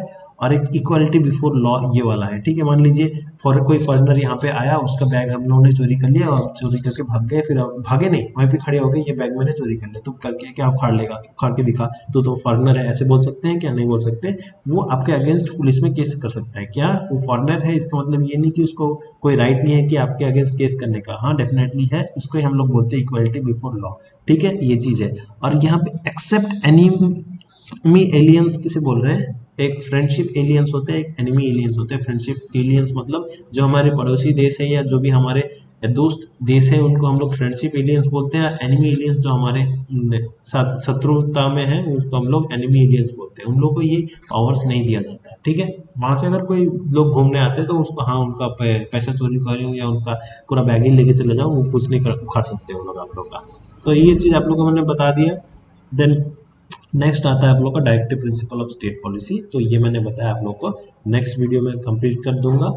डीपीएसपी और फंडामेंटल ड्यूटीज जो है ये नेक्स्ट वीडियो में आप लोगों का कंप्लीट हो जाएगा। तो आज के वीडियो के लिए इतना ही, बहुत देर तक क्लास चल रहा है। आपको अगर कोई भी डाउट है यहाँ पे, हाँ इसके पहले जो वीडियो मैंने अपलोड किया था वहाँ पे एक दो लोगों को डाउट था, उन्होंने पूछा था, मुझे अच्छा लगा आप लोग पूरा वीडियो देख रहे हो। तो ये इस जगह में अगर कोई भी डाउट है या कुछ भी आप लोग का आर्टिकल समझ में नहीं आया तो डेफिनेटली आप लोग मेरे से पूछो, कमेंट में पूछो या आप लोग व्हाट्सएप में पूछो, जहाँ भी पूछना है पूछो, सिर्फ समझो इस चीज़ को। और बाद में जो 10 मिनट का रट्टा मारने वाला वीडियो बनाऊंगा तो वो तो देखना ही पड़ेगा आप लोगों को, वहाँ से मार्क्स स्कोर कर सकते हो। तो आज के वीडियो के लिए इतना ही फ्रेंड्स। नेक्स्ट वीडियो कल आप लोग का मैं जीके का नहीं बनाऊंगा, कल मैथ्स नहीं तो रीजनिंग का क्लास लूंगा, तो उसका भी क्लास होगा। और मैं जो छोटे छोटे वीडियोस बना रहा हूँ ना जीके के ऊपर, बंगाली में बना रहा हूँ, तो वो आप लोग प्लीज़ देखा कीजिएगा। इसमें आप लोग क्या एमसीक्यू थोड़ा सा फास्ट अच्छा सॉल्व होता है। तो आज के वीडियो के लिए इतना ही friends, that's all, thank you.